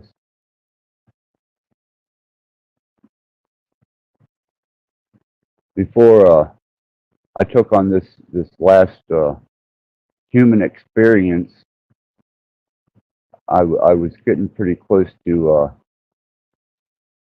finishing up a few projects that I was working on with frequencies and with subliminalism and various defenses to protect, with Faraday and using copper.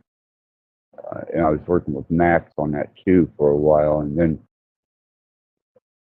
I got sidetracked with my health and the state of things, and then completely shut everything down.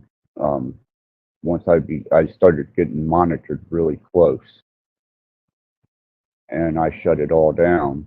And then I decided that I was going to go ahead and endeavor into the realm of algorithms and artificial intelligence and see if there was any type of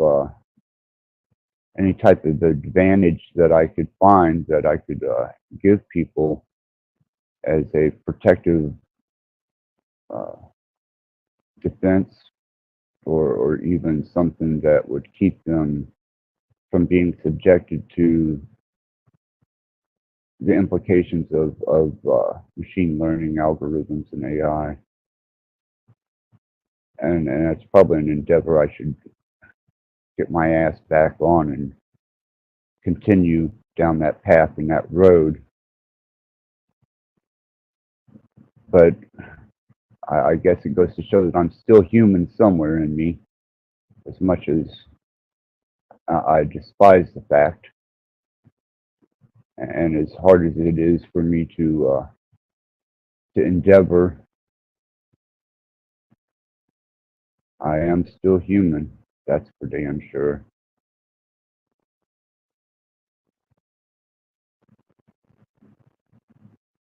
For what that's worth.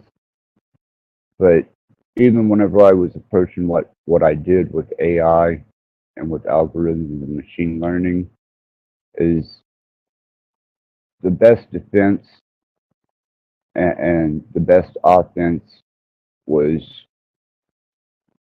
basically what I described as the white room. No information out, no information in. Um,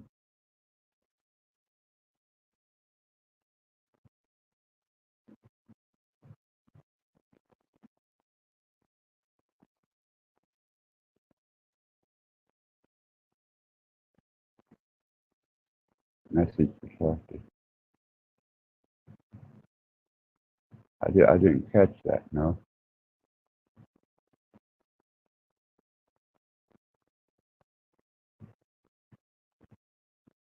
Hmm.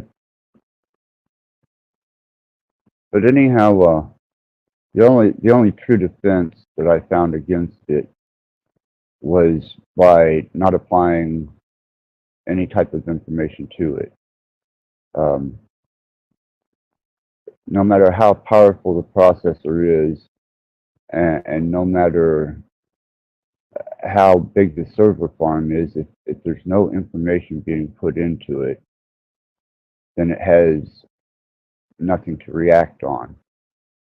Um, and as long as you either shield, mask, or just do not uh, allowed access to information, it's not able to make a reactive response because there is no interaction, and that's how it functions. I think it's very closely related to this realm of existence in the same way. Once you apply any type of energy or thought or projection into the waking state, or even the ethereal state, or the astral state, it will reflect back to you whatever you projected out. And applying that same concept within my life and my endeavors, um, there we go.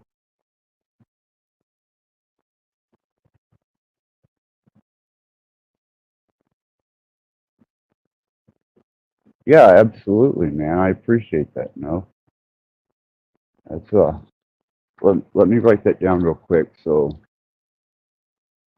that's not left out. I don't want anybody jacking anybody else's address information or anything of that nature. Uh,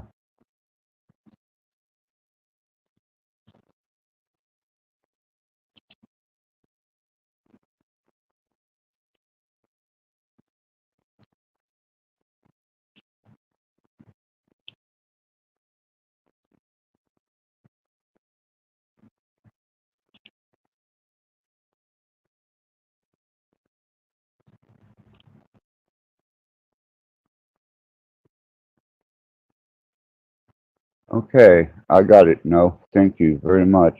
Um, if you want to go ahead and we'll get rid of that because I don't want anybody. Uh,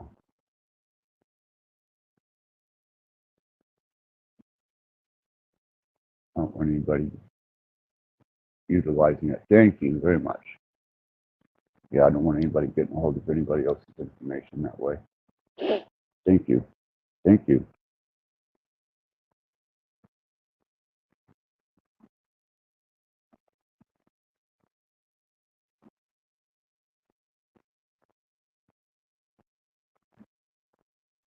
Cool. I appreciate that. Appreciate that very much, so. Especially now because, like I said, man, I'm going to have to lock my door to uh, actual human contact and reduce that to, if not a complete devoid of human contact, then at least the most minimal state of contact that one can reasonably have and still survive in society.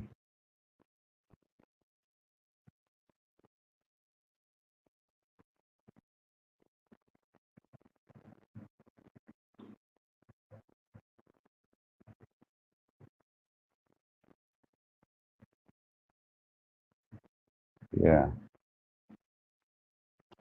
I don't know if you guys have noticed or not, but there's been kind of a change in the atmosphere of the platforms that well, especially us, that we generally frequent and run into each other. Um, you know, even Jack Talcott isn't as boisterous as he generally was, and some of the more offset channels that kept later hours or more of the eclectic type thinking don't seem to be as prevalent as they were. Um, even the drama seems to have died down a considerable amount.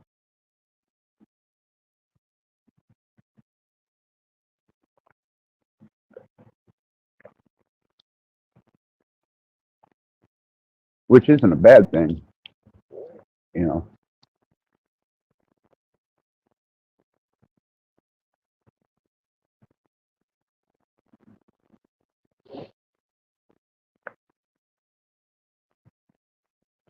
Fungus and technology.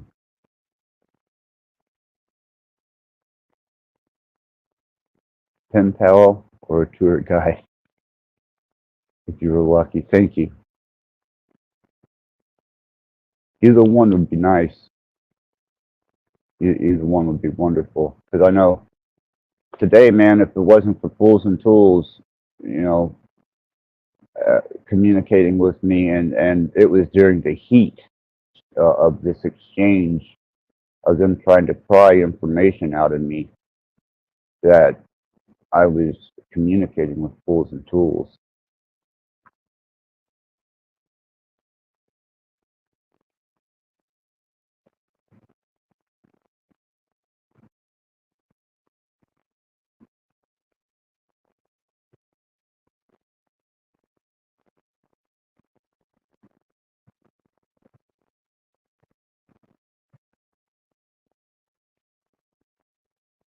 It's the ninth month.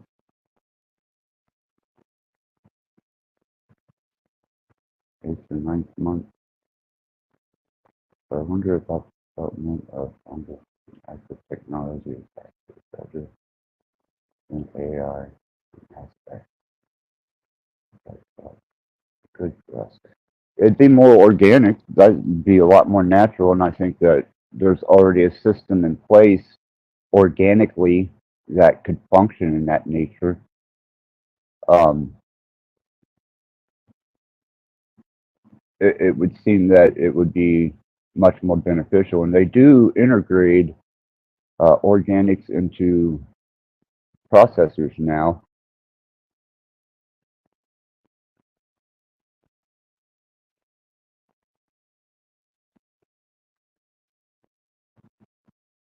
So, you know, they if you check into some of the research and you type into YouTube uh, where they're using various organics uh, with the electronics from silicone to other uh, types of mediums, there's an actual interface that transpires, and it's a registerable uh, type of interface. It's torture. No, it says it's torture. Well, they are taking slivers of brain cell, um, mind matter, and applying it to processors uh, to enhance the processor, and I imagine it. Just to think of a living cell or organism being attached to a silicone processor, almost kind of like the description on Transcendence, where they took the monkey's consciousness and put it into a computer, and all it could do was scream, and it eventually went insane, and they shut it down.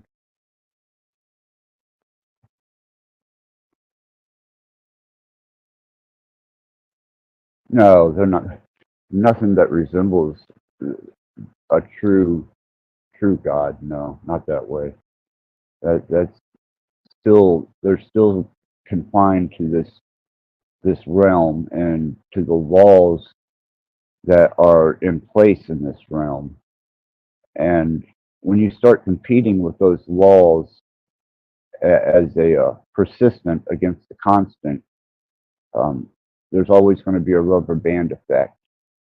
That's just the way this place operates. I mean, if you try to get past the matrix, as they call it, or the construct, and you project any energy into that endeavor, it will reflect that energy back and protect itself.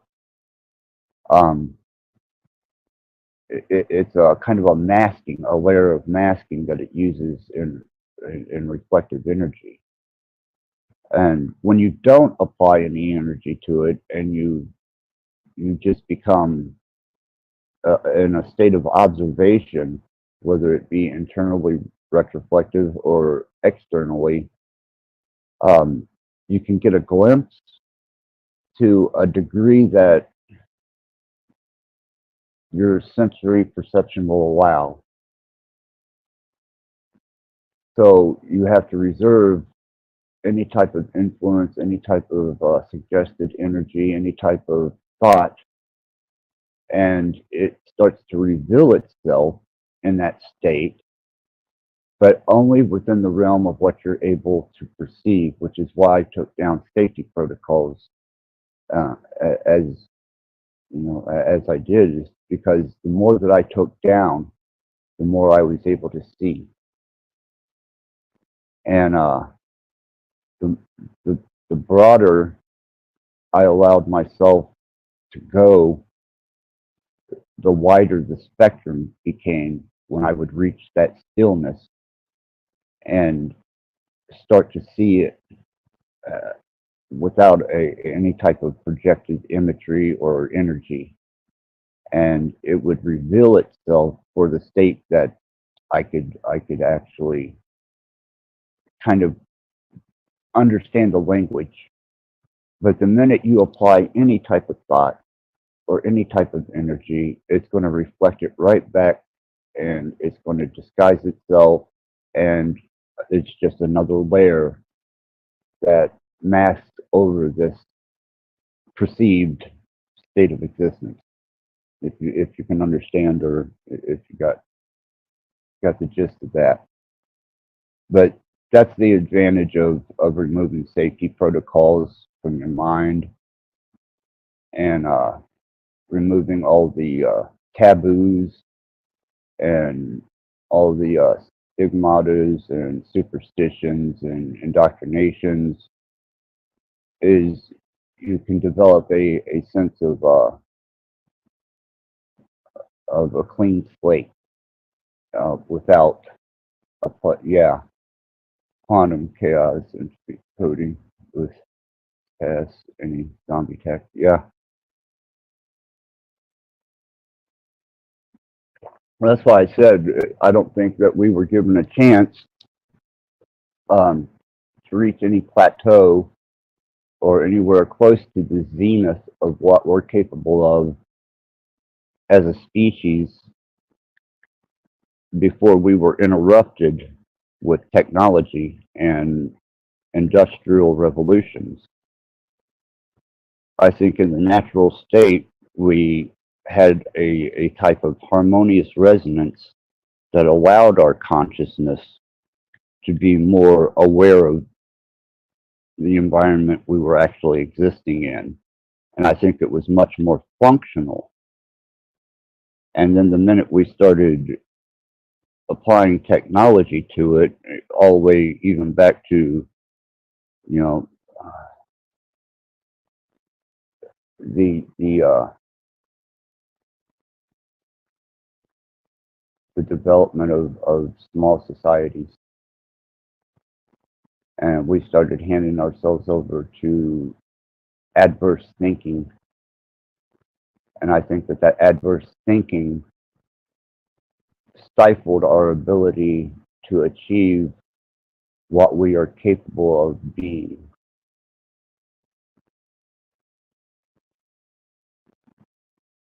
Right, right. I always kind of pondered the idea of the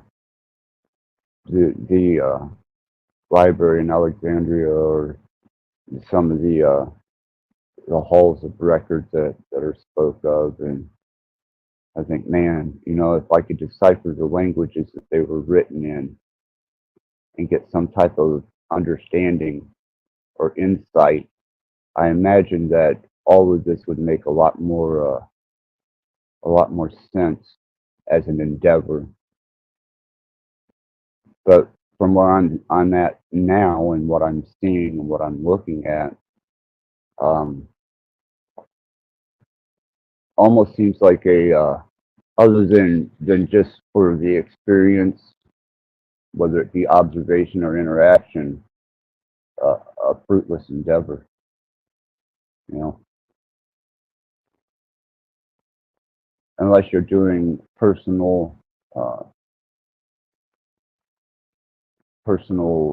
work and development, and unless you're growing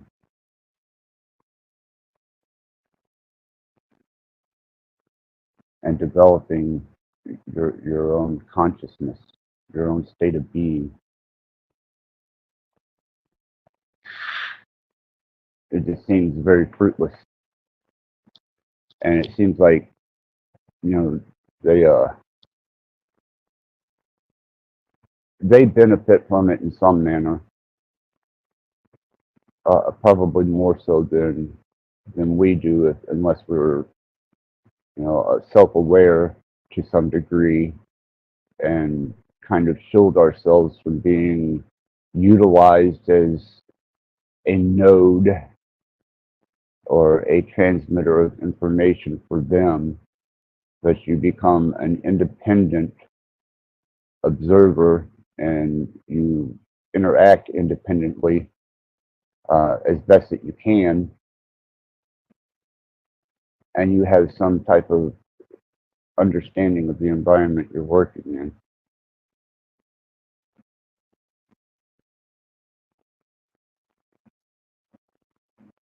They'll be written in truth.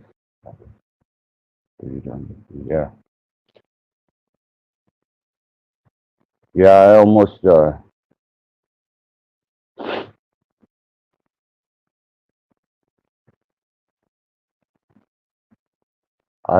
became a horrible victim of the absence of whys.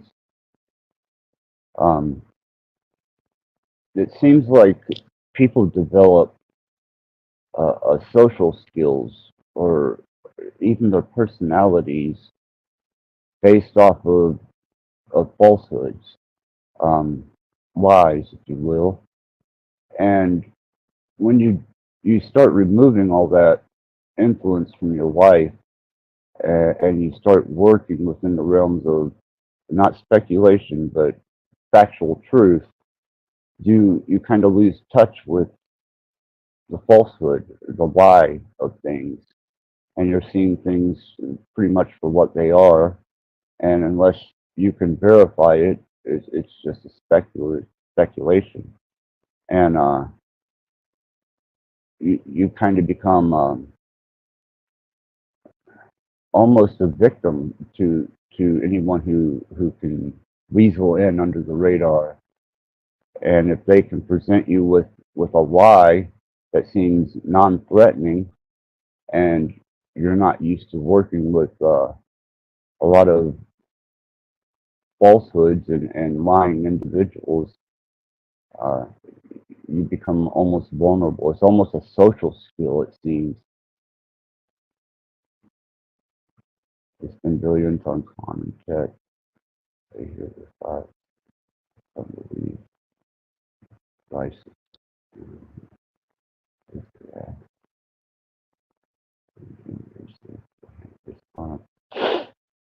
I think that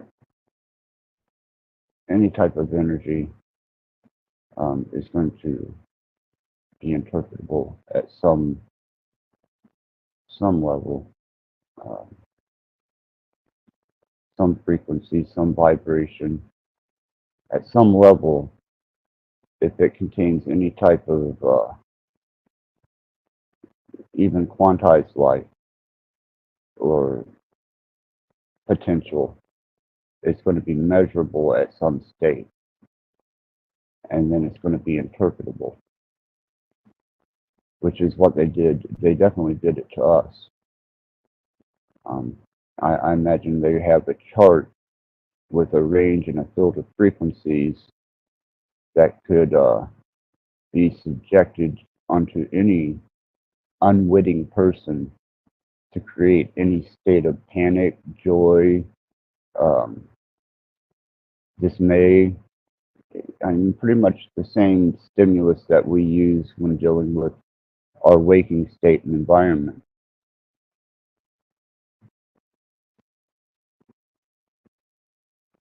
Little hearts in the way.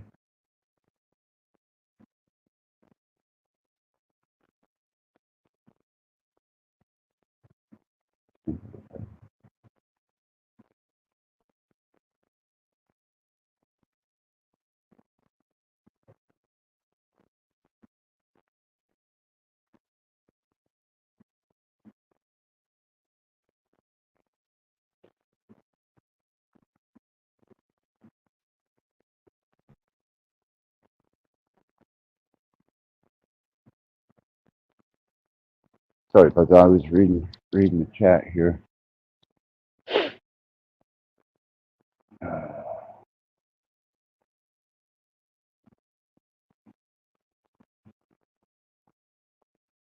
Trying to train it,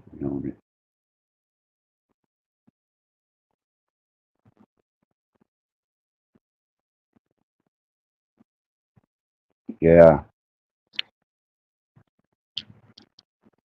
You see, when you start talking to some people about quantum effects or the field or um, even tangible technology that they've achieved, demonstrated, and proven, people are still 10 years removed from where things actually are. And man, you know, as much as I tried to stay on top of things and tried to stay at a cutting edge of state of the art being state of the mind, knowing that they weren't going to release information to the general public, um, you know, that was relevant to that particular moment. You know, we were getting already pre-used and pre-tested and, you know, controlled information. And whenever you start pushing the boundaries of that and the edges, and you start becoming innovative with your work in the field of information, they shut you down pretty quick. They did me. And it seems that, you know, the closer I get to hitting nerves or being on target, the more apparent they become in the fact that they're not going to allow me to share that information, at least not easily.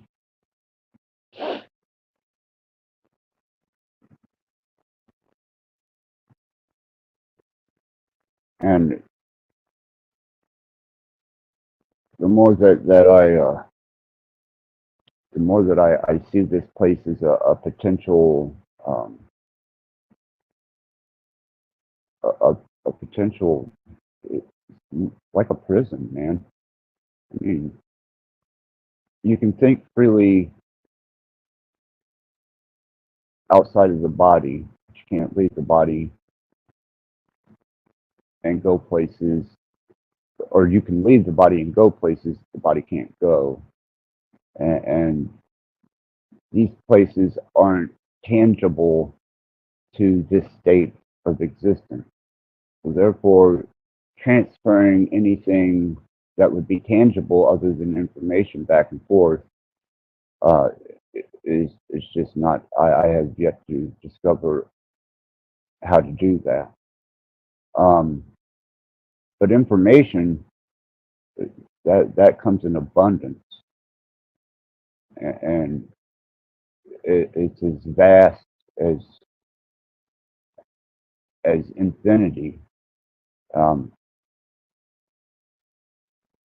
but that's not a physical state. And then once you're in awakened physical state, and even whenever you start these endeavors or you start expanding your perception and you start playing in the realm of energies and mathematics and the language of creation, you're still such a minority that when you try and speak to other people or you try to educate them on the unseen or that which is out of spectrum to the senses,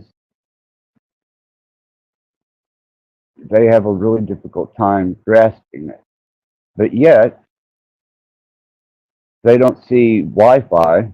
They can register it, you know, just as any energy. And they know when that signal isn't coming through, and they know when it isn't coming through strong by interaction. But if they were asked to define it, or if they were asked to describe it, or how it was brought to be, you might as well be talking to a wall, man, because these people are not that deep, and they are definitely not.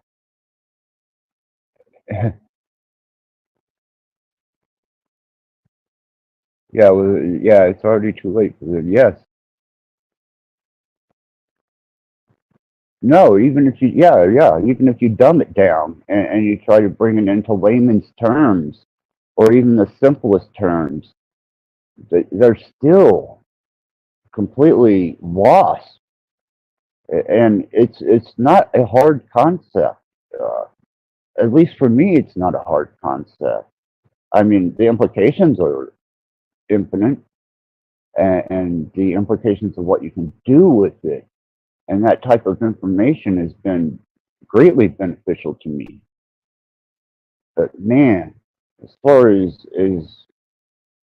being able to be in company like I am now, that's a rare moment. It's a very rare moment because they don't fucking get it, man. And whenever I brought up in chat today that the carrier plane for the internet was discovered. It wasn't created. That's the same as your VHF or your UHF on your TVs or dialing in a station on your radio. It already existed. And when they discovered it and found out that it could transmit information with the potential that it has and has shown, they immediately utilized it and they exploited it to an ever loving end.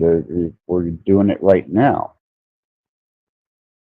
And people don't understand that was not created. The internet as a plane was not man made, it already existed, it was discovered.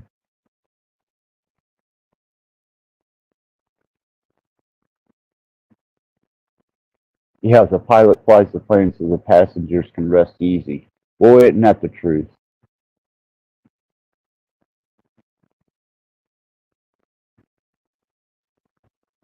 Band-aid stuck on hard, and that damn heart's in the way.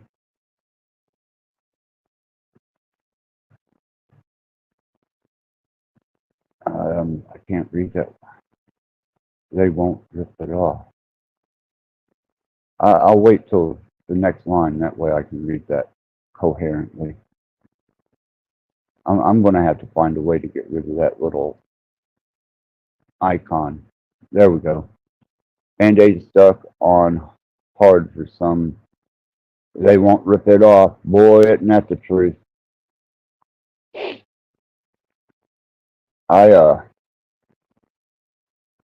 I've tried to be as layman as I can with certain information that I've discovered, ran across, and even tried to exploit to bring it to public knowledge or at least to the community. And it was either completely overlooked or uninterpreted or just completely absolutely dismissed, because I've been pretty layman with a lot of things that I tried to get across, and I try to go and explain these things in the simplest terms possible, but it's still met with a lack of understanding. I mean,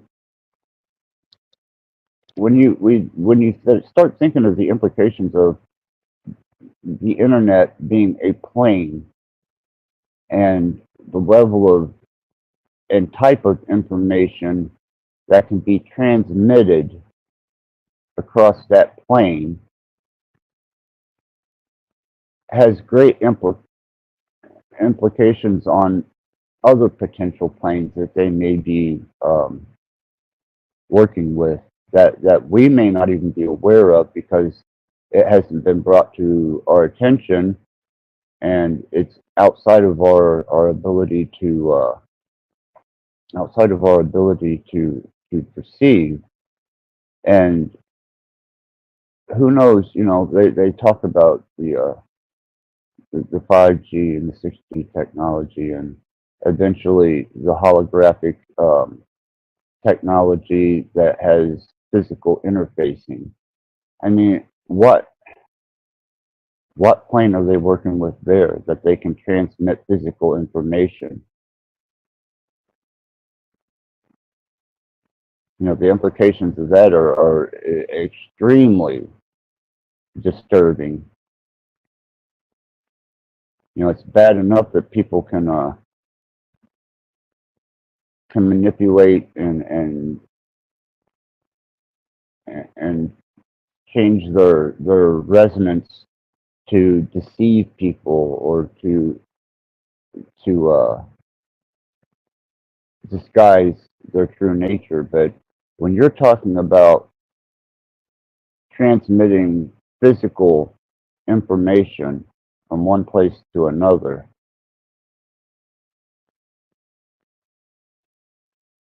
that opens up a whole new concept of sleeping with one eye open.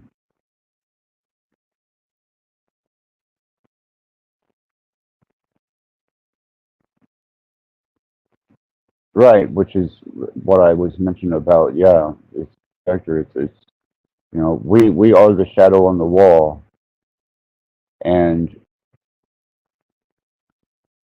I think that they're able to play within in the planes of that shadow on the wall state. And obviously, you know, they have us fascinated with the discovery of the plane that carries the internet and Wi-Fi. You know, they're not even going into depth or detail about what they fundamentally found to transmit actual physical information. And we being the best description for any type of uh, well, we are physical information, and that's as close as we're going to get at the moment.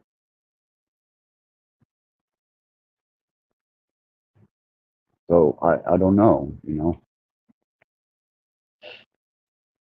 I think that's a part of I think that's a part of their agenda.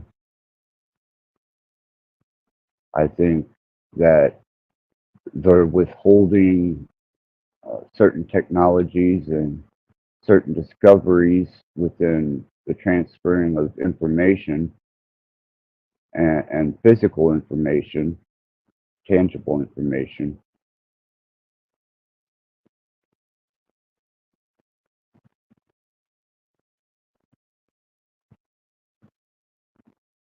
Portals, yeah. Megatron frequency portals.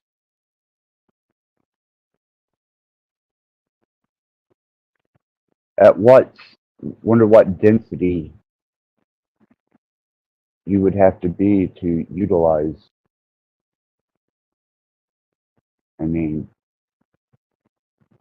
can you be in your current state, you think, and approach it in this density and utilize that plane of information exchange or transference?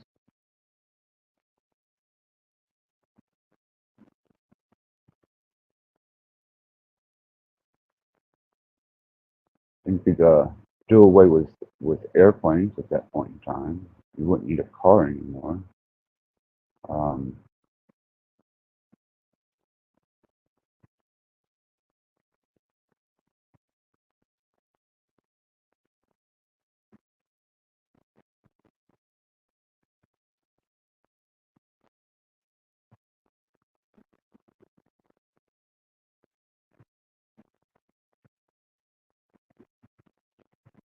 I don't know.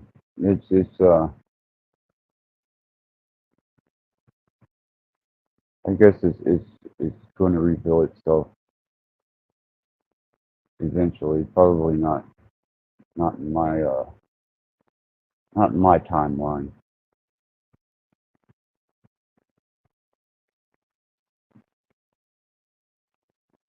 I imagine they'll introduce this portal technology or even physical information transference um, once they have the population cooled down to what they want and they have their technological revolution and what we are now is long forgotten and left behind in some old hard drive in a landfill.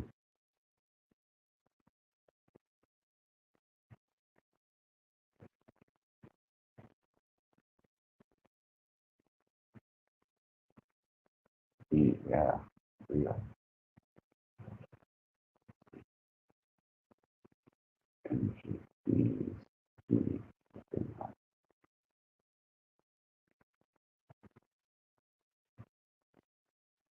yeah.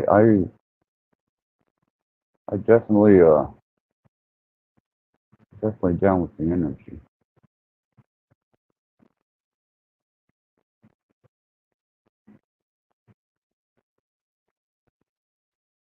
The only way out, yeah, it's only over the Great Wall. Beyond clear skies. The only way out is through.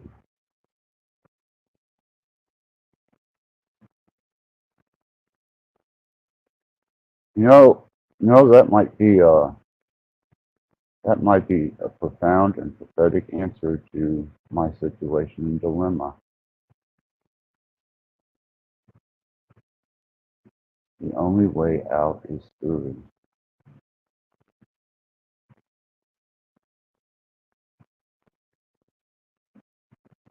That almost has a calming resonance to it. Because God knows that it's taken what 3 hours for me to get the shakes of the day's aggravation uh, to subside.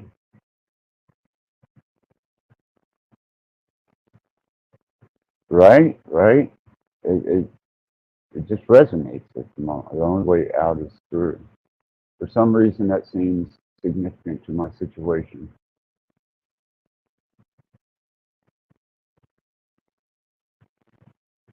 Seems very significant.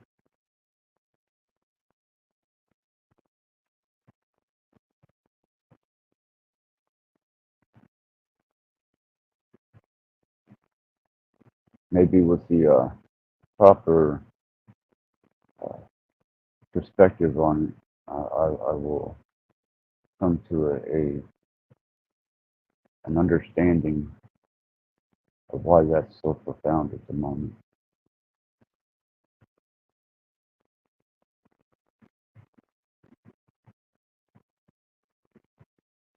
But it's a sad state of affairs to have to spend 3 hours, man, to just to subside the aggravation of a phone call and a personal interaction. I mean, wow, really?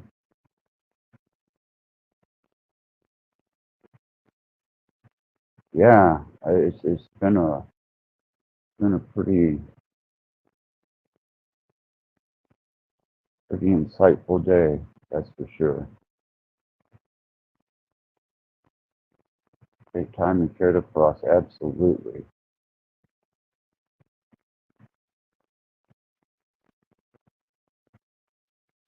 Life is your stake. Yeah, I need to keep mine out of the asteroid fields.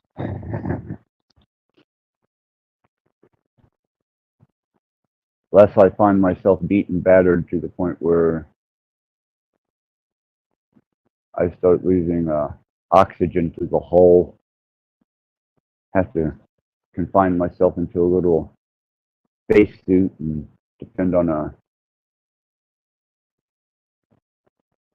minor supply of bottled air.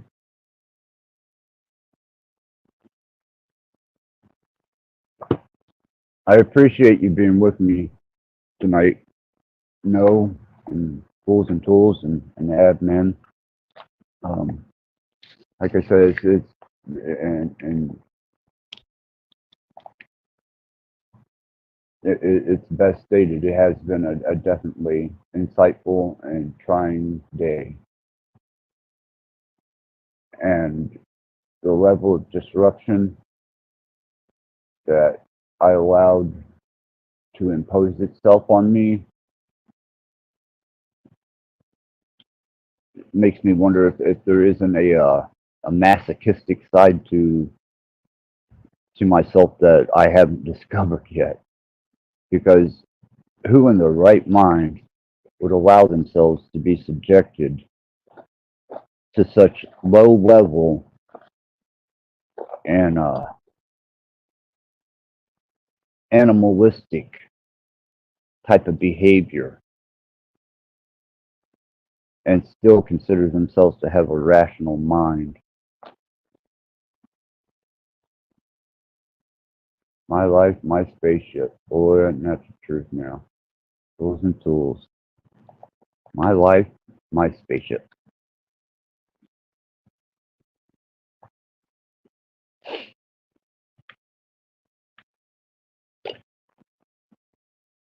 Yeah, me and Dom humorously call it our, our recreational vehicles, or at least I refer to my body as a recreational vehicle that I definitely put some miles on and should have been a little more mindful of the terrain that I covered with it, but I sure the fuck had fun doing it.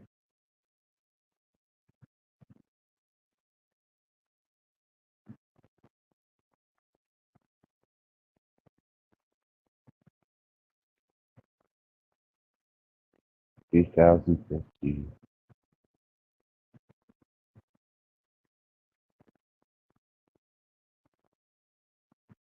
Hungry, hungry hippo, time, passing. Hmm.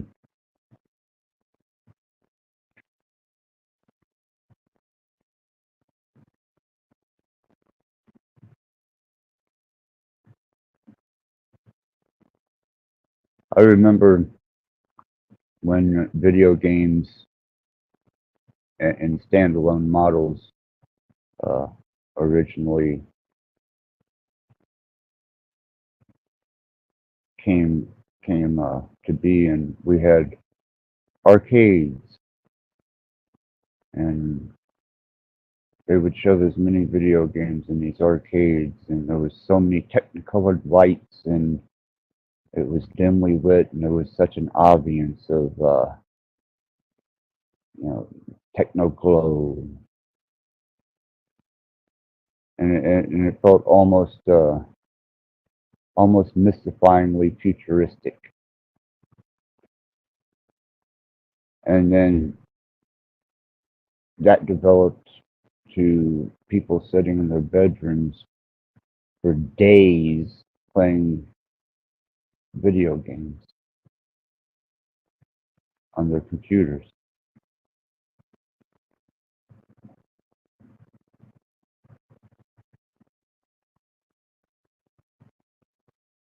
Adventure parks.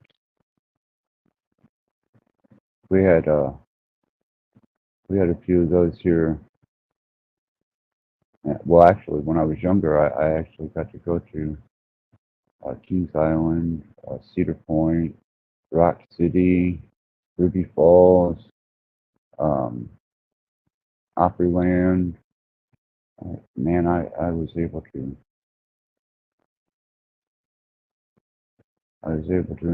definitely enjoy the adventure parks and the zoos. That was another fun experience for me. I imagine all that's virtual now.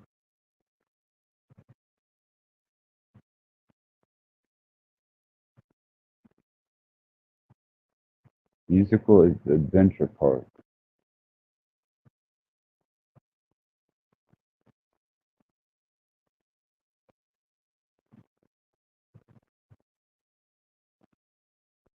Membrane destruction.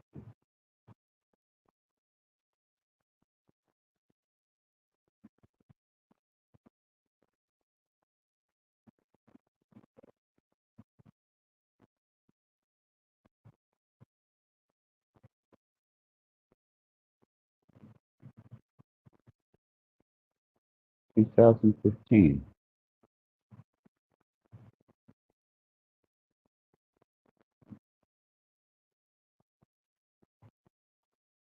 Yeah, reminiscing concert days. Yeah, I think 2016 was my last musical endeavor. Um, as far as an entertainer, been to shows since then. Um, couple pretty big shows actually. They're enjoyable.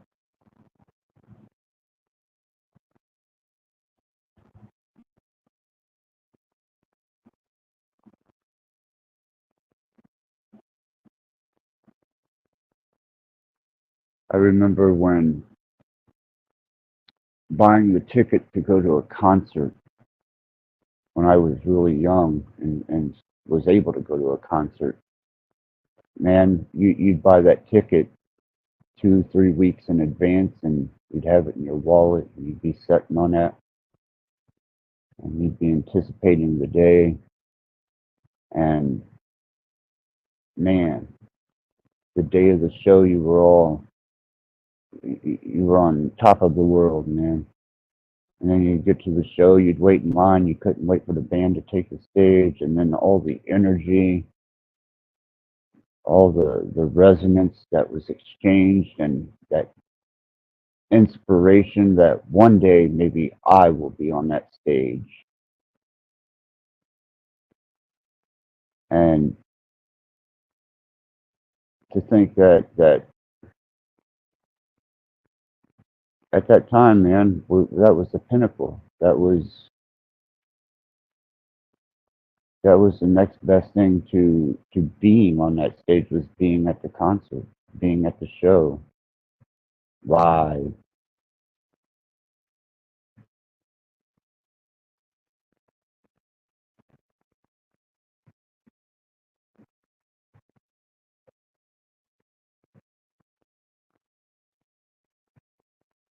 I remember when Ozzy and Motley Crue came to Louisville, man. That was a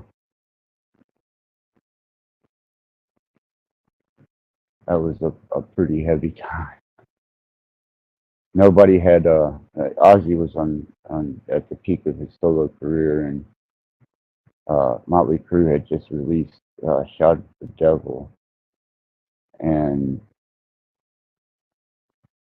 yeah, Ozzy was in his prime at that point of his solo career, and Motley Crue were the opening act for him, and that was so off the hook. I mean, it was really enjoyable. High energy. Everybody was just feeling the static and the fuzz of it of that concert. It was just overwhelming. And that's a part of what inspired me to even decide to go into the music industry or the entertainment industry was my ambition to be like the people that I went and seen.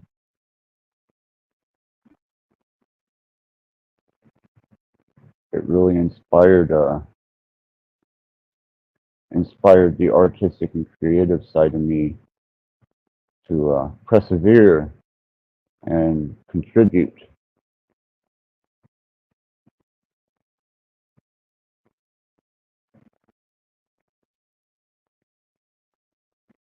And then to see things all these years later, and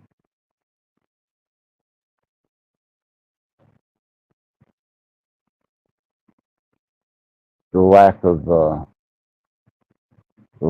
true talent that technology allowed us to endeavor upon.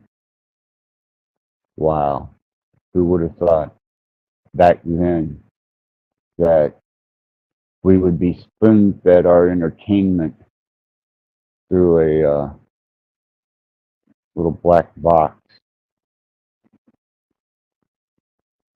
or a scry mirror? That wasn't even within our realm of concept back then. There was nothing more real than being there.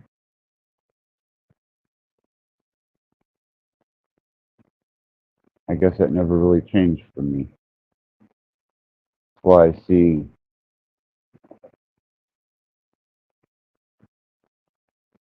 that's why I see myself at odds with so many things.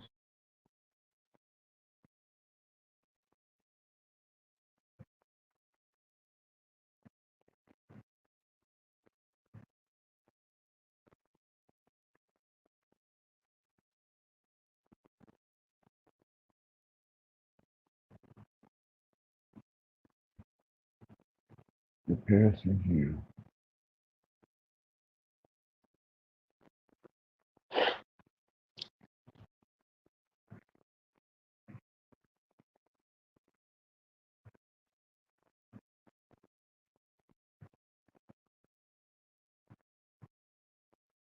Yeah, these days, when I bring up what would be familiar music to me or familiar bands, or they're completely far removed from.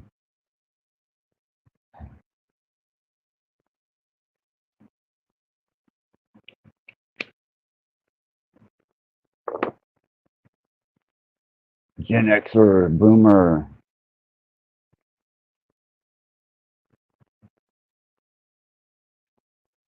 almost like throwing puns or flinging something nasty at somebody.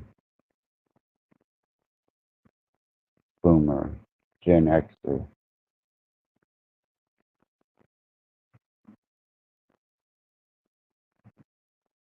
I think their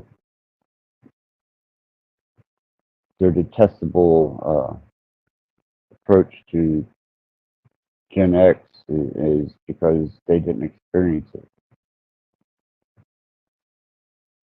It was a kind of a rare morsel in time. But then I suppose each generation has that rare morsel in time.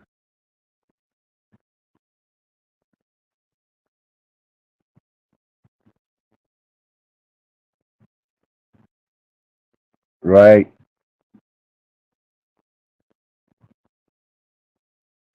Classifications.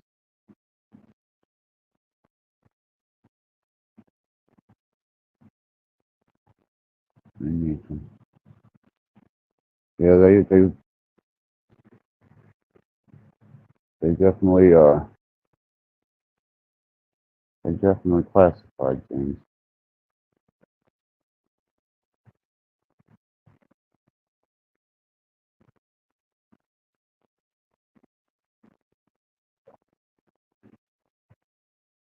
Wow.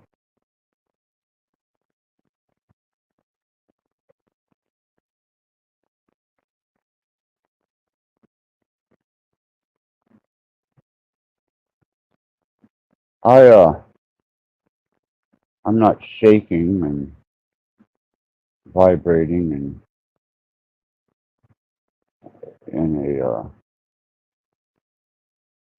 in a state of agitation. I think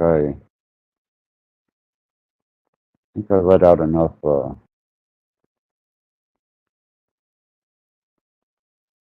mental nonsense, and I've had enough interaction here to really give me something to ponder on and think about.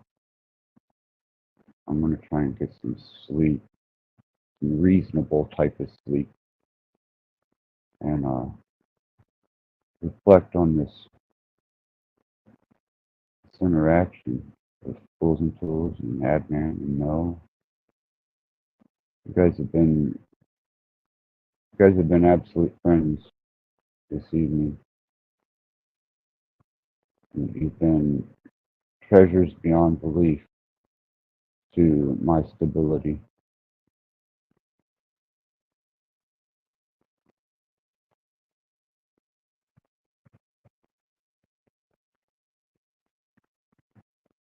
I so much appreciate you guys being here.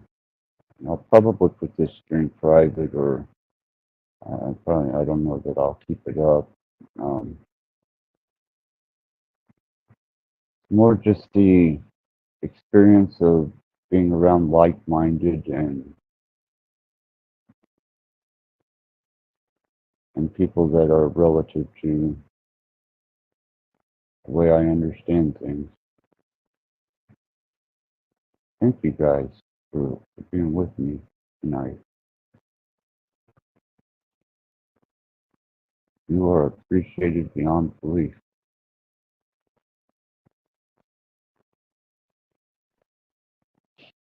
I'm going to try and get some sleep, so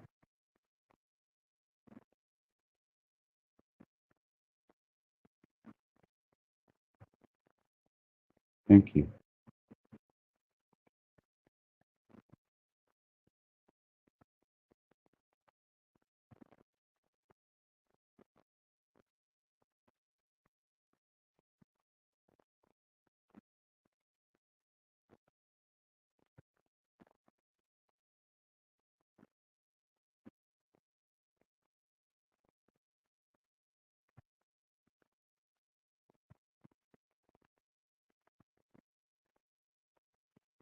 Yeah, you guys have a wonderful evening, afternoon, or whatever you choose to call your portion of the moment.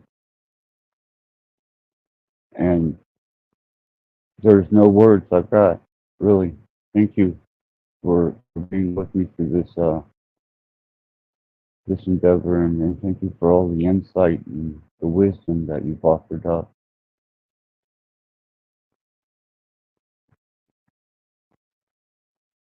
I know I'm in good company. It has absolutely been a pleasure, and you guys have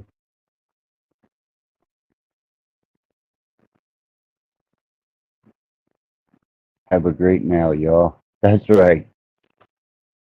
Very good. Friday night, 9:03 p.m. Yeah, it's definitely nighttime. So thank you guys.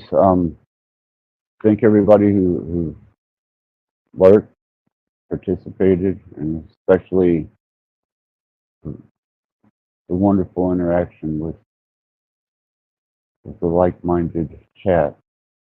No admin, Fools and Tools. I'm going to try and find some solace.